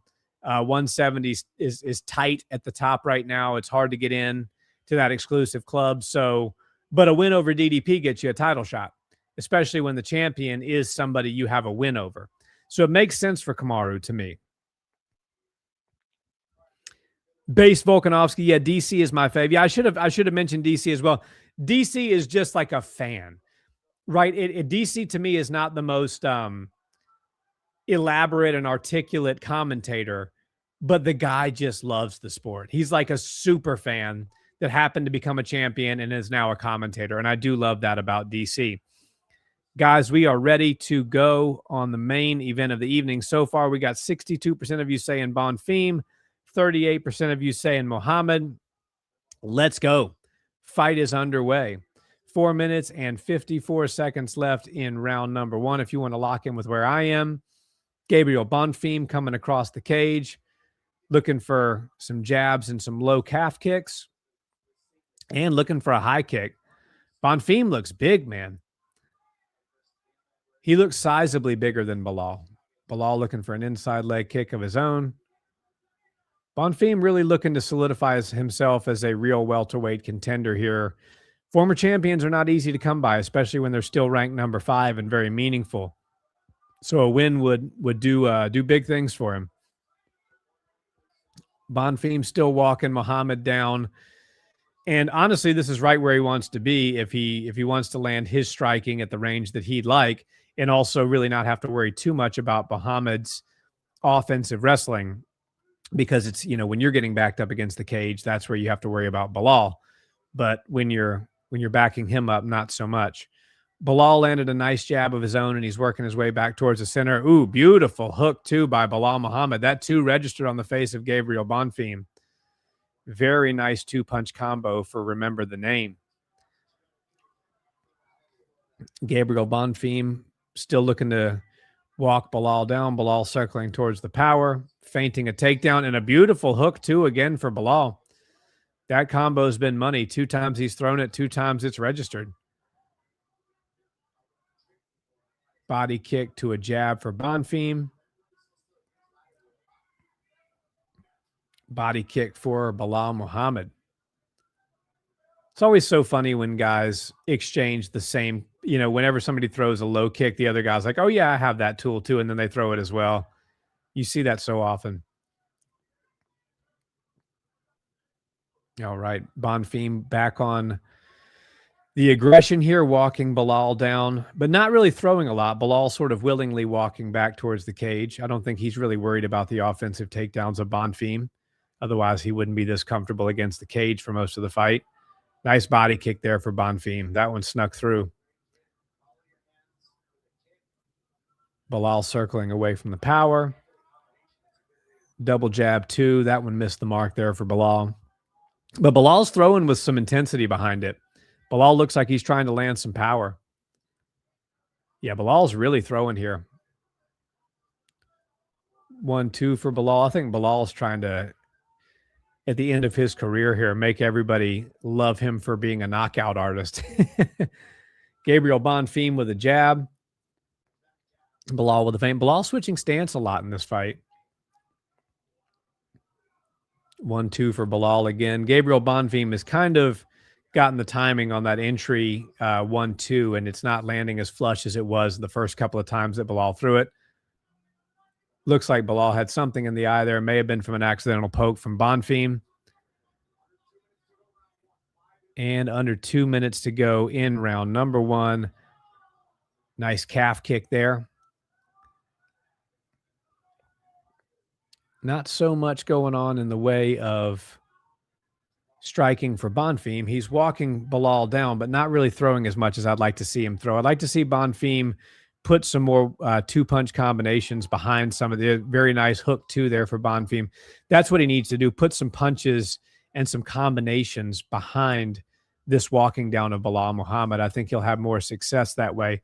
Otherwise, Bilal is just kind of circling towards the outside and then timing that step-in 2-punch combination that he's having success with. So would like to see some more offensive output for Bonfim as he's walking down Bilal Muhammad. Bilal feinting, sort of back in the middle of the cage now. Low kick.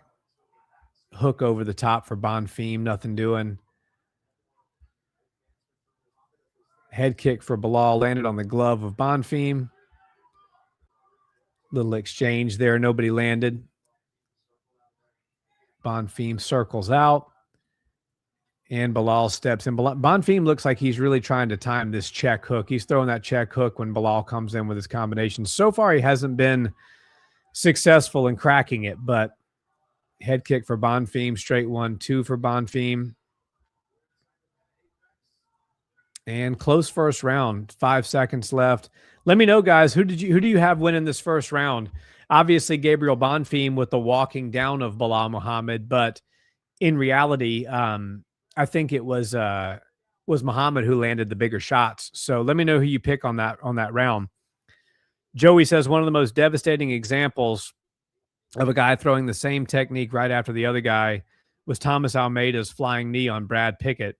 Brad was looking phenomenal before Almeida got him. Yeah, good reference there, man. I had forgotten about that fight. Really good reference. Gabriel Bonfim, Icehead CRF. Thank you for joining the chat and thank you for commenting, my friend. Gabriel Bonfim is his pick for the winner of the first round, and that makes sense, right? Because Gabriel Bonfim was the one that was aggressing. He was the one that was walking Bilal down. I would have liked to see him a little bit more active with his hands when you're walking your opponent down. Put some power on them and then start to work your feints like Ilia Topuria does. Make them feel your power and then make them bite on your feints. When you have somebody who's actually taking the bait and backing up as you're walking them down, start to take advantage of that, start to exploit that. So good round for both men, close round. I think probably because of aggression and octagon control. Maybe you give those two combinations where I think Bilal landed the biggest shot of the round, but I don't know that it was enough to take the round away from Bonfim. So I agree with you, Icehead CRF. And we are in round 2, guys. 4 minutes and 33 seconds left on my end. Now they're exchanging in the pocket. Bonfim is not walking Bilal down this round as he did last round. Bilal's actually coming forward and being sort of the aggressor.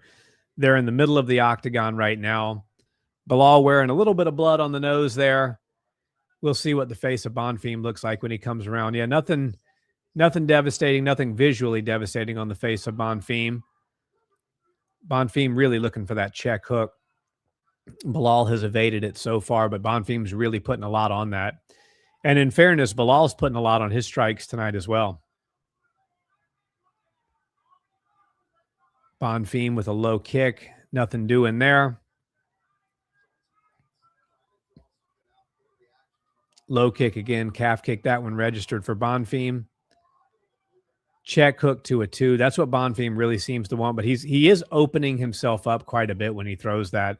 When he throws that hook to a 2, he is lifting his head up. And yeah, Bilal could tag him. If Bilal gets the timing on that check hook, he could actually tag Bonfim because he's lifting his head. He's lifting his chin way up in the air during that exchange. Bonfim back trying to walk him down. Low kick missed for Gabriel Bonfim there. And a hook for Bilal landed. Body jab for Bilal Muhammad. Nice feint there to the top for the body jab. And Bonfim walking down again, but again, not throwing a whole lot of hands. I would like to see some more hands as Gabriel Bonfim walks him down. Mana asks score. Yeah, I think Gabriel Bonfim took round number 1. Gabriel looking for a takedown of his own there. It was a close round. Bilal Muhammad landed a couple of really nice straight punches, but I think all in all, it wasn't enough to take the round away from Bonfim. He was the aggressor, landed some nice low kicks and some good punches of his own. Definitely the biggest strike came from Muhammad, in my opinion, but it seems to me like Gabriel Bonfim is really looking for a devastating check hook. However, he is lifting that chin very high when he throws it. That hook, too, if Muhammad times that right, he can clip Bonfim with something. Now, can he knock him out? Who knows? We know Muhammad's not a knockout artist, but nice step in hook 2 there from Muhammad.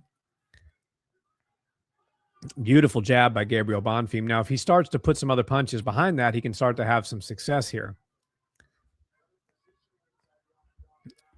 Gabriel Bonfim walking down. Straight punch for Muhammad there.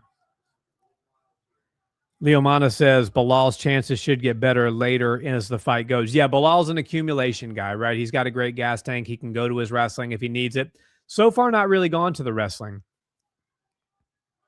Base Volkanovski says, it's so strange to see how Bilal built his title run on grappling. Since he beat Leon, he basically abandoned it. Yeah, it is interesting, isn't it? He's kind of fallen in love with his boxing.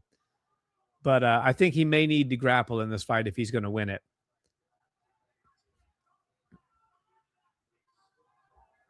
And we got some low kicks coming for Bonfim. Nothing much there so far. Yeah, Bonfim really needs to start to put some... Oh, yeah. Beautiful straight 2 by Bonfim. Bilal was looking for a big kick, but that 2 disrupted it. Nice jab by Bonfim. He's starting to find that jab. Nice 2 for Bonfim. Head kick for Bilal. These guys are exchanging in the pocket a little bit. I like it. I like the output increase in round 2. Torin Brown, what's up, champ? Hey, my friend, long time no see. How you been? Thank you for joining the chat. Who you got in this one? You taking Bonfim or Bilal? All right, both guys circling with 14 seconds left in the round. Low kick for Bonfim. Head kick for Bilal. It was actually a nice head kick. Bonfim ate that pretty well. And that's the end of round number 2. You got Bilal, Torn. Yeah, I picked Bilal as well. Bonfim, I think, is winning the fight, though, right now. Let me know, guys, in the chat, who won the second round. A lot of you had it 1-up for Bonfim, sorry, in the first round. Do you think that the Gabriel Bonfim won the second round as well? Excuse me.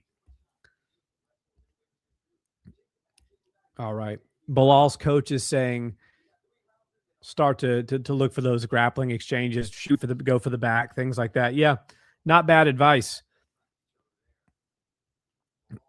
Bilal looking like the old man riding a city bus with a bag of groceries. Heather O'Neill's got Bilal. There we go. Okay, let's see what happens. Round number 3 coming up right now. Let me know in the chat, guys, who do you have winning this fight so far as we get into round 3?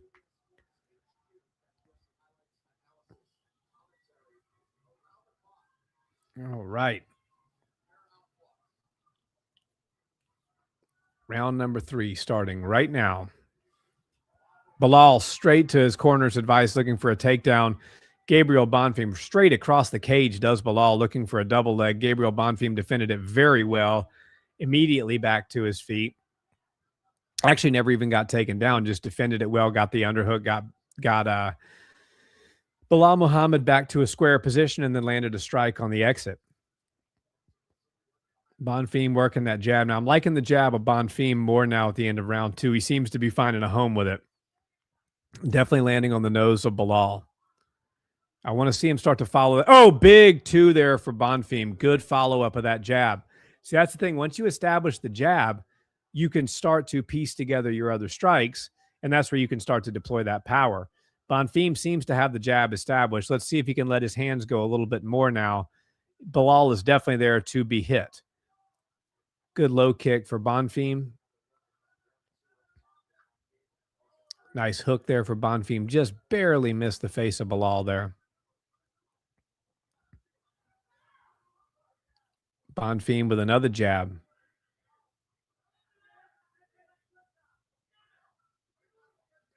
Nice 1-2 for Bilal, but it wasn't exactly timed right. The range was a little off. Bilal looking for a big shot up top. Bonfim counters with a nice jab to a beautiful low calf kick. Nice. That may have been the most powerful leg kick that Bonfim has landed all fight. Excuse me. Bonfim with a hook 2. Beautiful. Okay, Bonfim's starting to let go with the low kicks now. More and more blood on the face of Muhammad. I like this. I like this going upstairs and then finishing on the low kick for Bonfim with the power. Bilal's not liking what he's seeing on the feet. He's shooting for takedowns more and more this round. Nice body kick for Bilal there, partially blocked by Bonfim. Yeah. Bonfim's timing these body kicks well. He's landing with a 2 as Bilal threw that body kick. Bilal looking a little bit more timid to exchange in some of the striking. Exchanging a hook for Bonfim and a body kick for Bilal there. Beautiful jab by Bonfim. Knocks the mouthpiece out of Bilal's mouth. 1-2 knocked the mouthpiece out of Bilal's mouth.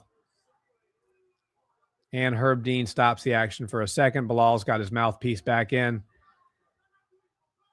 Yeah, I mean, that's tough, right? Because Bonfim could have followed it up with another couple of tough shots there. That was a good, solid 1-2. Would have been nice to see that go on for 3 or 4 more seconds. Obviously, we don't want Bilal fighting without a mouthpiece, but maybe an exchange or 2 more would have been warranted there. Bonfim doing a good job of cage cutting tonight. Bilal's elusive, but Bonfim has done a really good job. Head kick there for Bilal, blocked by Bonfim. Nice low calf kick by Bonfim. Bilal looking for a hook, but it was disrupted by the timing of the... Ooh, that calf kick is really starting to register for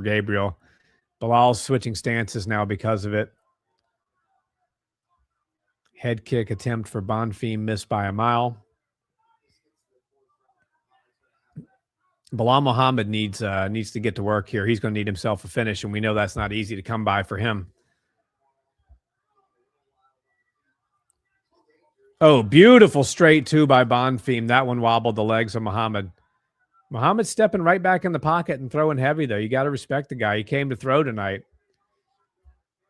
I know he's been criticized for being a boring fighter, but he's throwing down. Bonfim's winning the fight, but Muhammad's in it. Gabriel Bonfim back trying to walk Bilal down. Nice jab there. Bilal looking for a head kick again, disrupted by Bonfim immediately. Head kick for Bilal, blocked by Bonfim. Kenneth Whitmire, what's up? Welcome to the chat. Canelo hands. Yeah. You know, the Canelo hands have been on display for Bonfim tonight, actually. Bonfim's looking really good. Now, Bilal has landed some exchanges of his own. He's had a really good, step in 1-2 where the two landed pretty flush in the first round. But Gabriel Bonfim starting to run away with this fight here. Beautiful two by Bonfim. Bonfim really working that outside calf kick well. Like to see him go back to that a couple more times in the fourth round. And that is the end of round number 3, guys.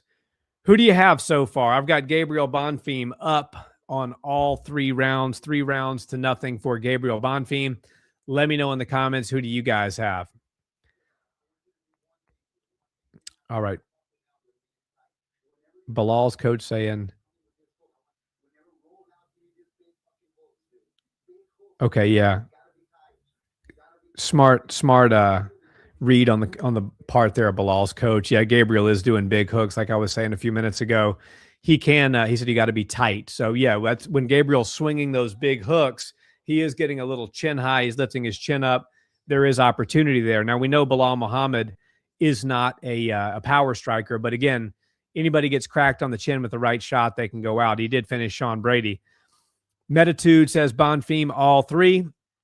Thank you for your input, my friend. I agree with you. We are starting round number 4 right this minute. Here we go. Kopp versus Horiguchi advertisement on the screen. June 20th. That's a good fight, guys. It's a really good fight, actually. All right. Round number 4 starting. Gabriel Bonfim walking Bilal down again, trying to establish a jab here in this 4th round. Low kick attempt for Bilal, nothing doing. Yeah. Bilal's coach wants him inside ripping hooks, but he's got to get inside first. Gabriel's working a good jab. Gabriel backing Bilal up again. Bilal reaching a little bit for these combos right now. Nice 2 there by Bilal, but Gabriel's got a chin on him, man. Not that Bilal is a knockout artist of any type, but he's eating some big shots and it doesn't even seem to faze him. He just, like Gennady Golovkin almost eating a big 2 like it's nothing. Gabriel Bonfim walking Bilal down again. I'd like to see Gabriel a little bit more active with his hands. It was very successful for him in rounds 2 and 3. He's walking Bilal down, but put a jab behind it. Put a 2 behind that jab.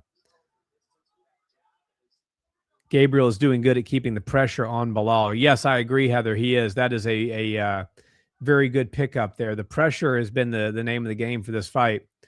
The pressure and the low calf kicks and the straight punches in the pocket for Bonfim. And the superb takedown defense too. Bilal was looking to get that 3rd round to the ground. He didn't like the way things were going, and eventually tried to get that fight to the ground, which we expected him to. But Bonfim, it wasn't even close to a secured takedown. Bonfim defended extremely well. Nice counter in the pocket there for Bonfim on a 2. Blocked body shot by Bonfim there. 1-2 again, missed there on Muhammad. Bilal Muhammad in range, circling to the weak side of Bonfim there. Bilal's nose is pretty busted up. Beautiful jab again by Bonfim. Let's see if he follows it up with that 2 again. He's having success with it. See if he'll go back to that calf kick when Bilal gets heavy on that front leg. You can see the welting on the calf of Bilal. He's Bonfim has landed some big calf kicks, and he's doing a good job of beating the kick as well. We call that beating the kick, where you read somebody about to throw a kick and you step in and throw a straight punch, either a jab or a two. Gabriel Bonfim has done a great job of that. Jab for Bonfim, 1-2 for Bilal Muhammad. Just missed on the 2. 2 minutes and 15 seconds left in round number 4, guys, is where I'm at. Nice body kick by Bonfim, straight up kick to the to the plex there.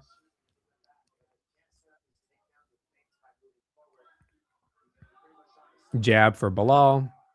Causes Bonfim to reset for a second.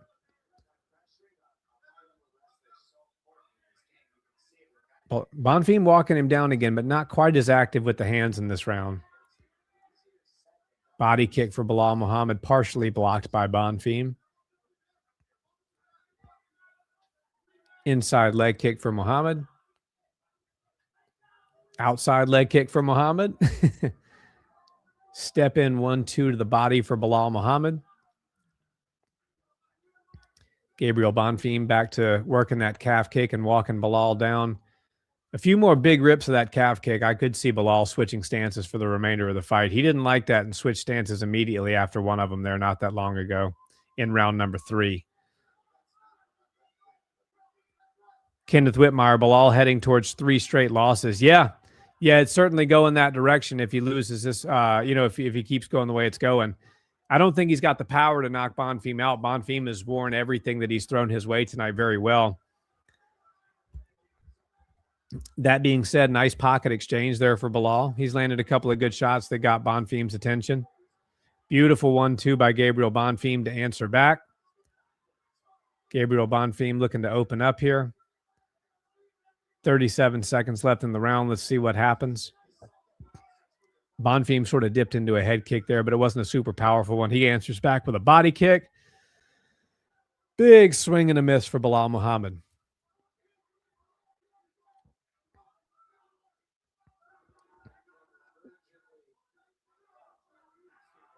Head kick attempt for Muhammad again, misses. Jab for Bonfim just over the shoulder. Bilal looking to throw a big hook. Bonfim sees it coming from a mile away. And that is the end of the 4th round, guys. We are going into the 5th round. Base Volkanovski and Joyer, I know we spoke about ranking, but is Bonfim about to be top 5 in the stacked welterweight division? You know, if he wins this fight, you would think so, right? But you have Ian Gary, Michael Morales. Let me pull up the rankings, as a matter of fact. UFC rankings. Let's just take a look here. So you have Ian Machado Gary at number 1, obviously Islam the champion. Carlos Prates at number 2. Michael Morales at number 3. Jack Della at number 4. And Bilal Muhammad at number 5. Sean Brady is number 6. Now, the question is, would Bonfim jump over Sean Brady after his performance against Joaquin Buckley? I could see a case where he could jump maybe a Jack Della, obviously Bilal. He may land in like 5 or 6, but yeah, I mean, if he's going to be close to it, because you have Leon Edwards at 7, Kamaru Usman at 8, who's likely to be out of the division before too long when that OKC card gets announced, and Joaquin Buckley at number 9, and Yaroslav Amosov at 10. So yeah, Gabriel Bonfim is looking to make a big jump here. I could see him being 5 or 6 if he continues and gets this decision win, or if he gets to finish here in the 5th round. Kenneth Whitmire started watching in the 3rd round. Did Bilal get any takedowns before? No, it was he had a couple of attempts that were very easily defended by Bonfim. Very good takedown defense for Bonfim tonight. Nick says Bonfim, told y'all Bonfim was going to figure out Bilal's tactics. Looking good so far. Yeah, totally looking good. Good call on that, bro. Bonfim showing patience and poise, a top skill, but don't count Bilal out, says Hop Jed. Yeah, the problem is, and you can't count Bilal out, but he's not a finisher, right? And he's down big on the scorecards. And so he's got to get a finish here with 4 minutes left against Gabriel Bonfim, who has defended everything and eaten every shot that Bilal has thrown his way very well tonight. So, guys, 3 minutes and 54 seconds left in the fifth and final round for me. We will hear who the winner is, hear what they have to say, and then I will stick around for another 20 or 30 minutes and shoot the breeze with you guys. We could talk about whatever you want to talk about. This card, another fight card, things that are up and coming, news topics, you let me know. I'm here to hang out with you guys on a Saturday night. So 3 minutes, 27 seconds, Bonfim walking Muhammad down again.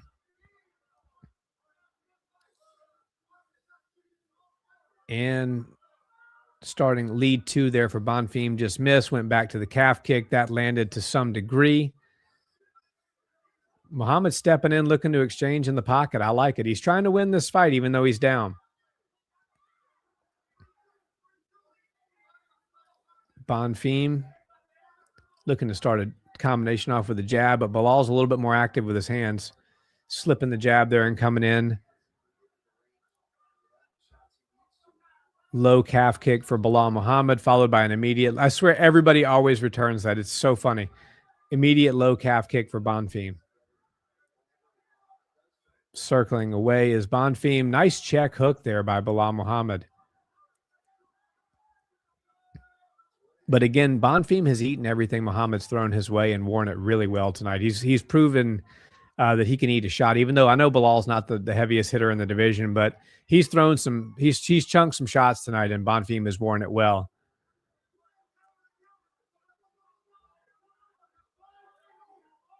Bonfim still trying to walk Muhammad down with 2 minutes left in the fight. Throwing a jab. Bonfim definitely running away with the shot totals. They're just looking at it on the bottom of the screen now. Doubling up even in this round.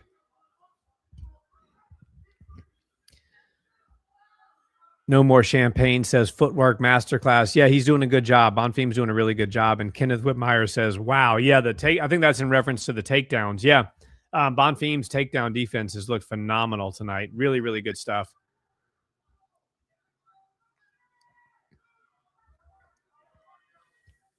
Lead hook for Muhammad. Beaten to it was a jab for Bonfim. Muhammad looking for another hook there. Nothing doing. Gabriel Bonfim looking really good in close range. Muhammad's face is really starting to wear it. Level change feint there for Muhammad, but to be honest, he doesn't need a takedown at this point. He needs to finish, and he's got a minute to do it.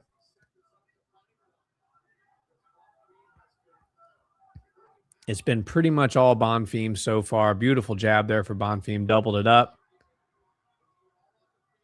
Beautiful hook there for Bonfim. Nice 2 on the break. Saw the head kick coming from Muhammad and blocked it. Good hook for Bonfim there.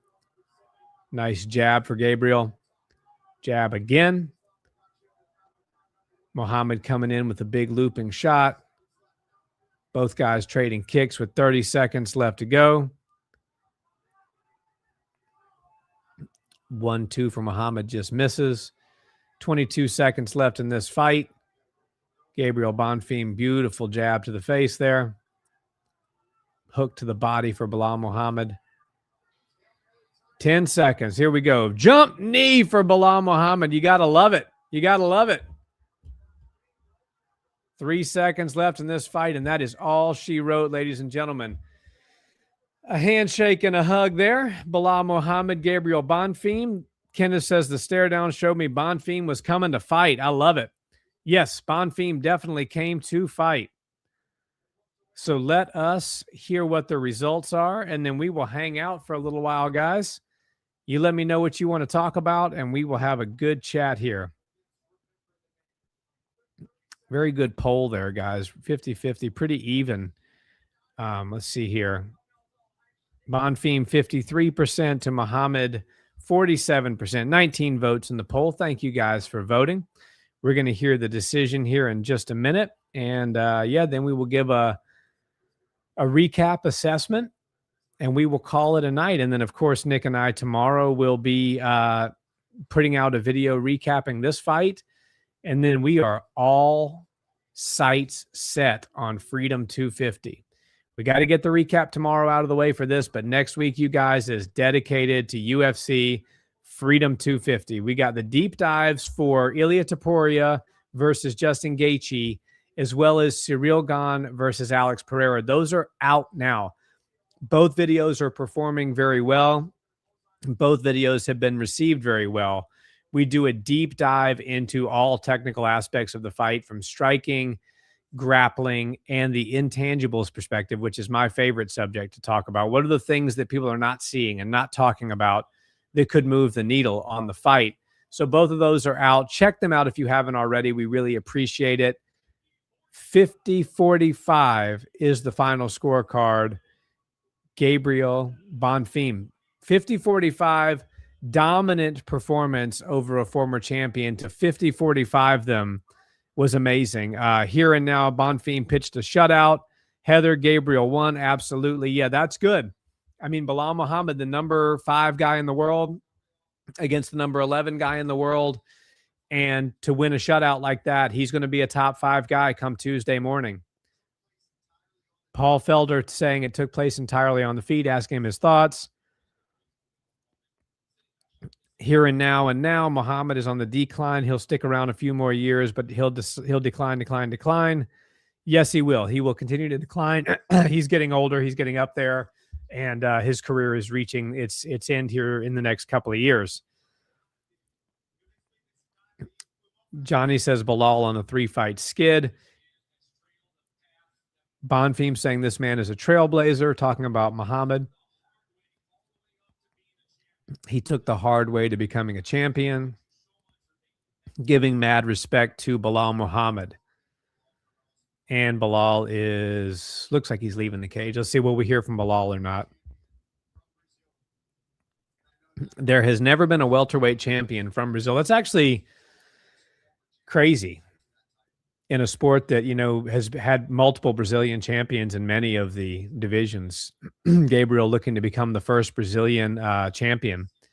50-45 unanimous. Wow, great job, Kenneth Whitmire. Yeah, great performance there by Gabriel Bonfim.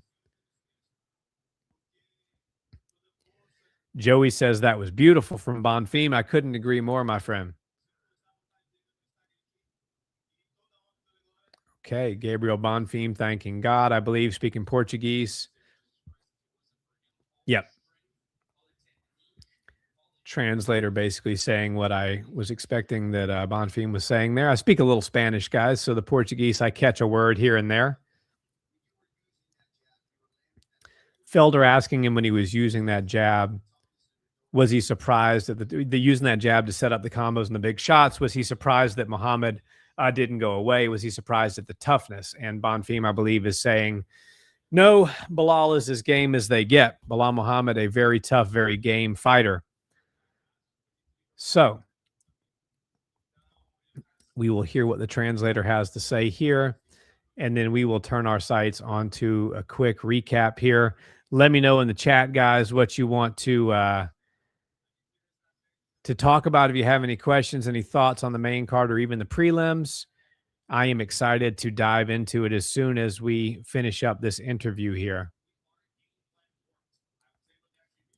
Bonfim saying that his team's game plan worked beautifully. Love when a game plan is executed beautifully by a team. Heather says, I wanted Bilal to get it, but Gabriel left it all in the octagon. He deserved it 100. Yeah, 100% agree. Bilal showed a good fight. I mean, everybody always talked about Bilal being a boring fighter. That wasn't a boring fight. I was very entertained. Bilal stepped in there. He jumped into the fire. He tried to land the big shots. So credit to him. Credit to him. Gabriel Bonfim, ladies and gentlemen. Bilal not shooting is really interesting. Says Asbester 10-7-9-0-7. Yeah. Well, he did shoot in that third round, and I think he shot a single, and it was either the second as well. And he came right out of the gate in the third round looking for an immediate double leg, but Bonfim defended it so well. I think he realized that Bonfim was a little bit more difficult than he had imagined to take down. And Bonfim was being the aggressor. And, Bilal works really good when he can be the aggressor and he can get the opponent against the cage and work his takedowns. But it was all aggression and all Gabriel Bonfim this evening. And he set it up with beautiful jabs and beautiful low calf kicks. Let's see here. I know MMA math don't matter, but it seems like Bonfim beat him better than Gary IMO. Yeah, I mean MMA math definitely doesn't math, right?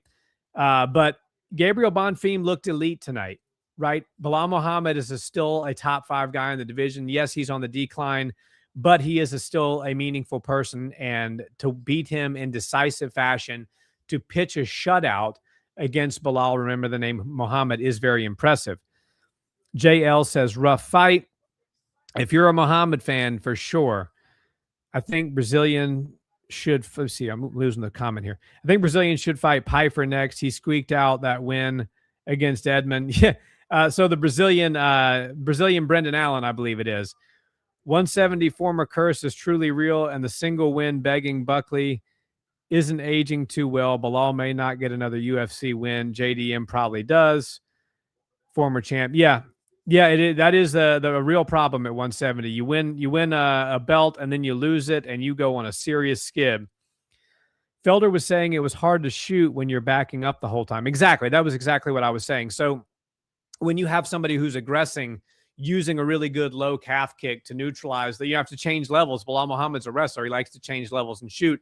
Bonfim was ripping that front leg. He had a really good jab going. He was throwing heavy shots. So when you're doing that and you're aggressing and your opponent is backed up against the cage, it's very difficult to initiate some of those wrestling initiatives. Bilal likes to back other people up with his boxing and use those to get the takedowns. So very good assessment there by Felder.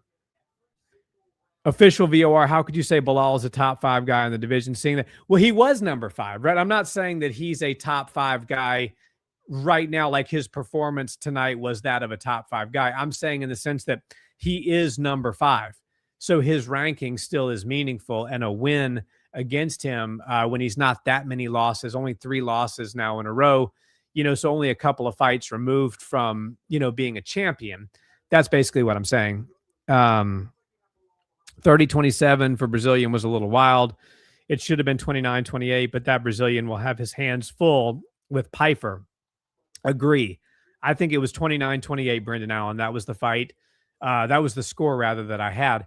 I do think that Edmund Shabazian showed some good window insight into the developments that he's making. And he showed that while he's not necessarily maybe a top 5 guy yet, he's definitely belonging in the top of the division, maybe top 7, top 8, being unranked. I don't think a win is going to bump him way up in the rankings. I'm just talking skill-wise.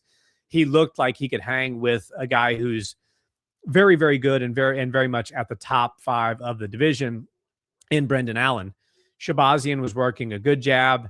He was landing well in the pocket. Let me turn my TV down so I'm not distracted by the commentary here. Brendan Allen was standing in the pocket and exchanging with him. Shabazian was working a really nice jab tonight. He ate shots very well. He grappled well. He counter wrestled well. So good things out of Edmund Shabazian. I was happy to see his performance tonight. Let's see. I like Brady versus Bonfim. It's a step back for Brady, but this will be 5-0 for Bonfim in his last 5 over a former champ and the guy that stopped Brady. Yeah, Joey, I like that fight too. Official VOR, he looked like an old hesitant man like Tony or Qatar. It's a meaningless win like Patty beating Chandler. I don't know if I'm going to go that far. I don't know if he's Tony Ferguson level yet. This is only 3 losses. He was 2 losses in a row coming in tonight. I think to put him in Tony category might be a little bit of a stretch just yet, but he's heading that direction. I hear what you're saying. Bonfim calling out another guy on a 2-fight losing skid. I was talking. Who did he call out? Wrong weight class. Joe would knock out Allen in the first round. Interesting. Yeah, Joe Piper definitely. He's got heavy hands. He called for JDM. Interesting. I did not hear that. He sees. I don't see Jack taking that offer. LOL. Yeah. So we'll see what happens there. Bonfim should fight Brady or Amosov. Enough of these guys on losing streaks. Yeah, Jay, I kind of agree with that. I am mocking that nonsense by Allen. He changed nationalities because of his girlfriend. Yeah, it's interesting. Those Brazilian women, right? We saw Ian Gary, changed his last name, changed his nationality. So the Brazilian women, they got a hold on him. Let's see here. Let me get to a few more of these.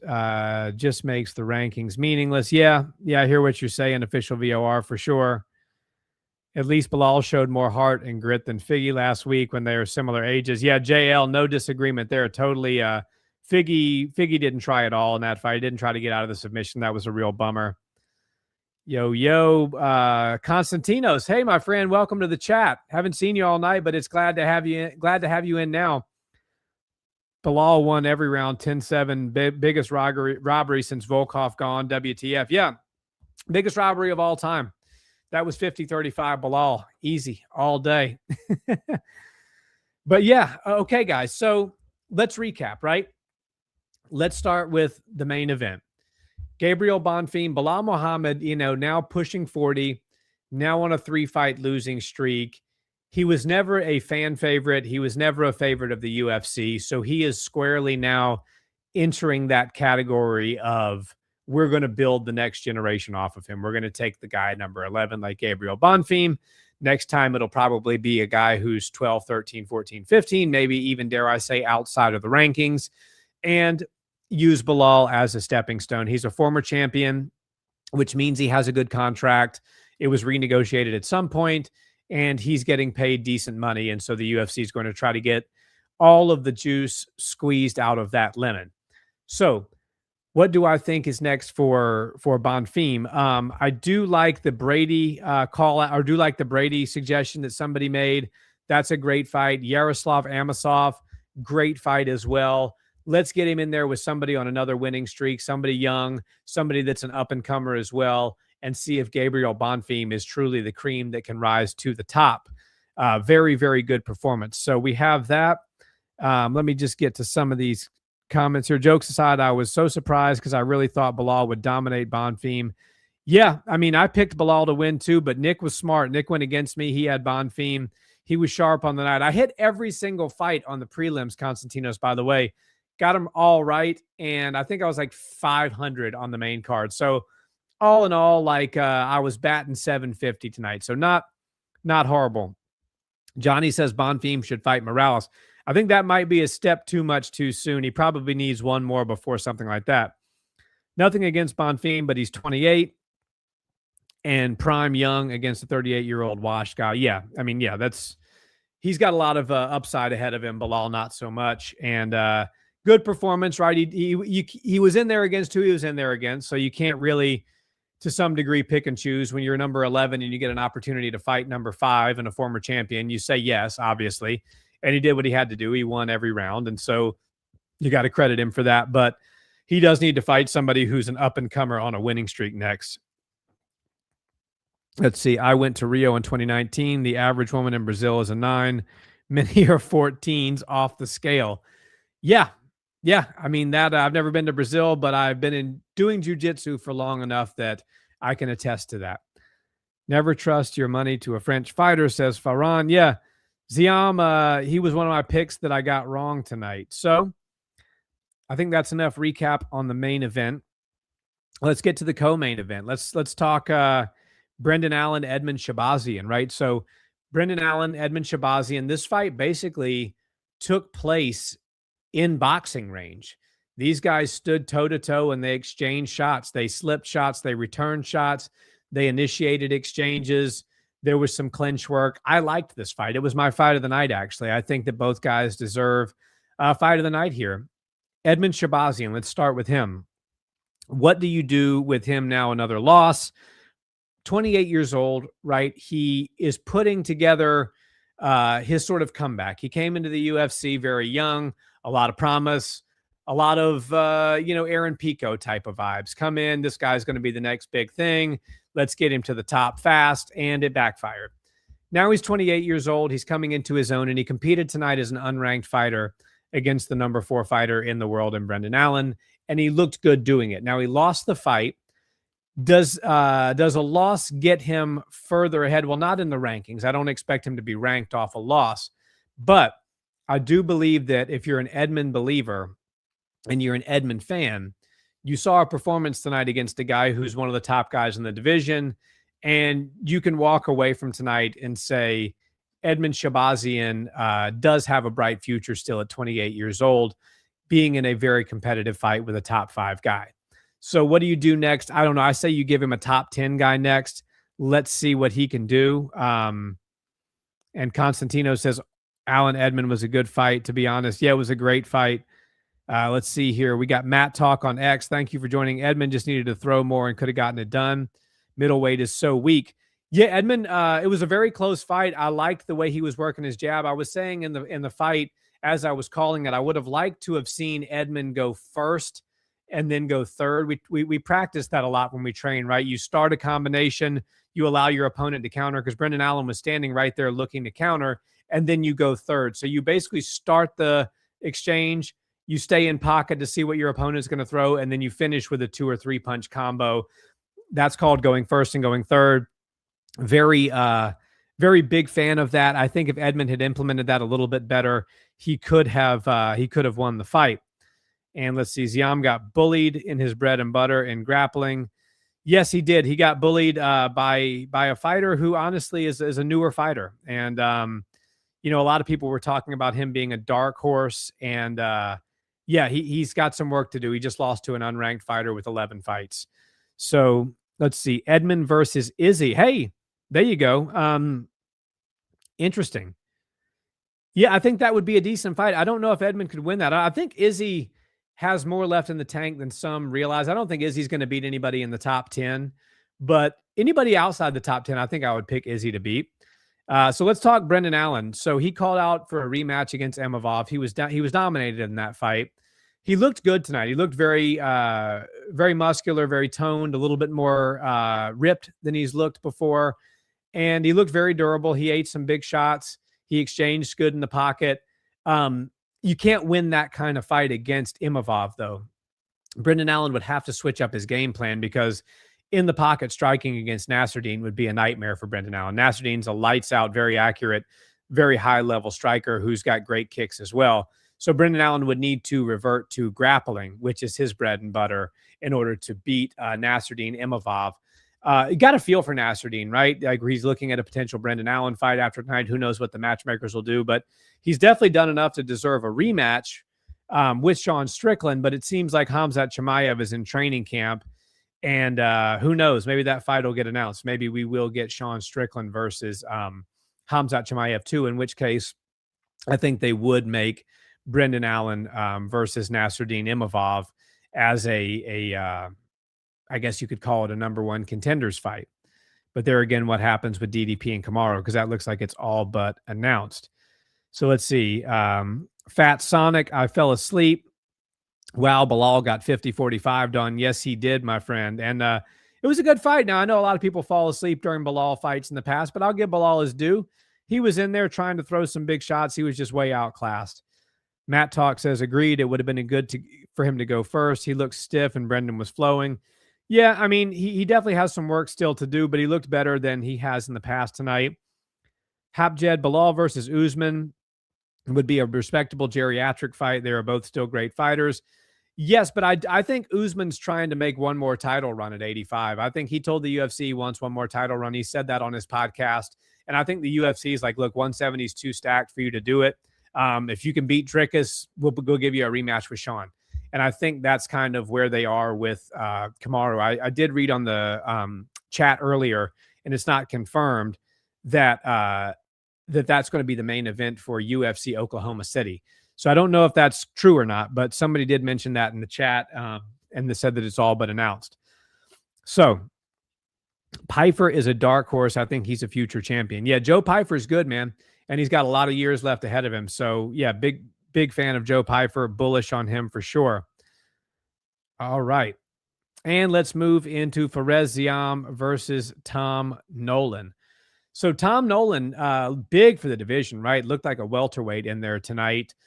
Looked very good, 10-1, unranked with an opportunity to knock off a guy who a lot of people were calling the dark horse of the division. Did it with superior grappling, good ground and pound. Yeah, Tom Nolan, I was impressed. Would like to know what you guys would think. Nothing screams OKC like two Africans fighting LMAO. Yeah, but you know what? To be fair, Jay, that card, from what I've seen on it so far, is as light as it gets. So regardless of where they're coming from, I think that they would take a good main event fight with two former champions for sure. Matt Talk says Nolan looked great. Ziam IQ was questionable tonight. Yeah, I agree. I think that he realized, or he should have realized early on, that he couldn't out grapple Nolan, but he did have some success with the long range straight punches on the feet. I would have liked to have seen him play around with that a little more and try to at least keep some distance and win things striking. But Ziam will be out of the top 15 now, and Nolan will likely be in the top 15. So it'd be interesting to see. If you look at the UFC rankings, and I have them pulled up right here, you can see that. Where are they? There we go. So at lightweight, Fares Ziam was 14, so he will likely bounce out, and Nolan will bounce in. At 15, you have Benny Dariush. At 13, you have Michael Chandler. Quillian Sawkill sits at number 12. Rafael Fiziev at number 11. Renato Moicano at number 9. I don't think it needs to go any further than that, so no need to keep going up the list. But maybe like a Benny Dariush, even a Quillian Sawkill, but I think that they are looking to move Quillian further up the rankings rather than have him fight back out of the rankings. So maybe Tom Nolan enters the rankings and then he fights somebody who's an up-and-comer as well. Matt Talk says Nolan versus Dariush. Easy opponent. Yeah, that would be a great next fight for Nolan and somebody who was a staple and a household name in the division for many years. Let's see here. Edgar Chairez looked great tonight. Chairez versus Sumudaji would be sick. Yeah, he was one of my underdogs that I picked that I got right. I thought his grappling was too much, and it proved to be. I was shocked on how easily Nolan slammed and tossed Ziam around like a sack of potatoes, says Jay. Yeah, Ziam had really nothing for the grappling. The strength and technical wrestling ability was on display. I wish Usman would release the fight footage of the podcast between him and Bilal. Yeah, that would be cool. Good way to get an intro into the rankings. Nolan would beat him. Yeah, says Matt Talk. Yeah, thank you guys. All good ideas. All good ideas for sure. And the last fight that we called tonight, Bryce Mitchell. Well, actually, this fight was just ending as I was getting on. Santiago Luna versus Bryce Mitchell. Bryce was the first spoiler on my picks tonight. I got everything right up until this fight, and Santiago Luna let me down as an underdog. Bryce Mitchell looking good with the grappling. Had a tough weight cut. 35 is proving to be a tough place for Bryce, but he's making the weight and he's winning fights. So it's interesting. Let's see what Bryce can do. Would love to know who you guys think Bryce Mitchell and Santiago Luna should fight next. Why is Beneil still ranked, says Jay. Yeah, that's a good question. Another boring fight. Ziam trains with Gaethje. Yep. I'll bite the bullet. My Luna pick was off base. Jay, yeah, you and me are on the same boat, brother. And Matt Talk, I expected Luna to grapple well against Mitchell, but Mitchell controlled the exchanges and manhandled him. That was where I really was surprised. I was expecting Luna to do better in the grappling, and that's why I picked him. I thought he would win the feet exchanges. He was going to be more powerful, and the grappling may have some slight advantage towards Bryce, but not so much that the fight wasn't able to stay on the feet and Luna wasn't able to have some success on the feet. So Mitchell versus a top 10, 15 guy, says JL. I think that, Bryce is a big enough name. They may move him further up in the rankings. Let's see here. Let's pull up the rankings again, shall we? So where is the bantamweights? There we go. So at bantamweight, we've got Basharat at 15, Hayoni Barcelos at 14, Rosas Jr. at 13, Oliveira at 12, but he's moving up to featherweight. Peyton Talbot at 11 and Marlon Vera at 10. Yeah, I could see like a Marlon Vera versus Bryce Mitchell, two big names, or even a Ione Barcelos, but I feel like they would give Bryce a little bit bigger name. Yeah, what do you guys think about Cheeto? I like Rosas Jr. or Peyton Talbot, says Matt Talk. Yeah, either one of those would be good. Bryce should fight Ilya's brother. Ooh, there you go. Alessandro Topuria. I think he's got a fight booked, but that would be good. Make Mitchell fight a young gun and have them defend their spot. Yeah, I like it. I like it. All good suggestions. And then Santiago Luna's just kind of have to go back to the training room, back to the drawing board, and work on his grappling. So, yeah, that is pretty much it, guys. I don't have a graphic for Iwo, but first round knockout over Junior Tafa. That was what I predicted. I predicted that fight was going to be over with pretty quickly. Tafa stepping in on short notice. And Iwo just has a ton of firepower, good grappling, stronger, better everywhere, undefeated against a guy with a 7-5 record. So what more can you say? And yeah, I think, guys, that is about it. Make sure, if you haven't already, our deep dive content into the main event and co-main event is out. It's on YouTube right now. The co-main event, Gane versus Pereira, and the main event, Topuria versus Justin Gaethje. They are both out. They are both getting good views, getting good feedback, and really good engagement in the comments. And guys, whenever you comment on any of our videos or comment in this live chat, if you see a response from us, it is either myself or Nick. It is nobody else. We spend the time every day. We appreciate you guys. TikTok, YouTube, Instagram, everywhere. It is Nick and I responding to every single one of you. Let's see. Constantino says we need Iwo versus Dariush. And here and now, next week is massive. Yes, it is, my friend. Next week is going to be a banger. I cannot wait for it, and I cannot wait to call it. You guys, we are going to be live. We're going to live stream on Monday. Nick is going to do his Matchmaker Monday, where he'll make matches based on tonight's fights. We will have a episode tomorrow that'll come out tomorrow evening for you, a recap of this UFC fight night and some current events in the news. And then midweek, we are moving straight into full card breakdown predictions of the White House card. And then we are going to go live. Mark it on your calendars. Friday, immediately after the press conference. I'm sorry, immediately after the ceremonial weigh-ins, Nick and I will be live on YouTube, making our final picks and just shooting the breeze with you guys as we prepare for the UFC Freedom 250 card, which, of course, you will see both of our smiling faces on the live stream for. So thank you guys very much. Let's see here. The Tafa brothers versus the Barnhill brothers. Man, I am not as big as the Tafa brothers. I am every bit of 155 pounds on a good day. I want no part of the Tafa brothers. Maybe Nick is crazy enough. Let's see. Joey says, fist bump to you, Joey. Here and now, thumbs up. There we go. Thank you guys all so much for being here. I appreciate each and every one of you. Heather, Joey, Kenneth, Here and Now, Constantinos, Jay, Matt Talk. Who else? I know I'm missing a few. Hapjed, that's right. Fat Sonic, Farhan, and of course my bro Nick, who is here in the chat. Official VOR. Thank you guys so much, Johnny, everybody, for being here. I will see you in the next one. Make sure you check us out tomorrow. Episode dropping in the evening. Nick and I will be in the live premiere chat when that episode drops. Until then, have a wonderful night. Thanks so much.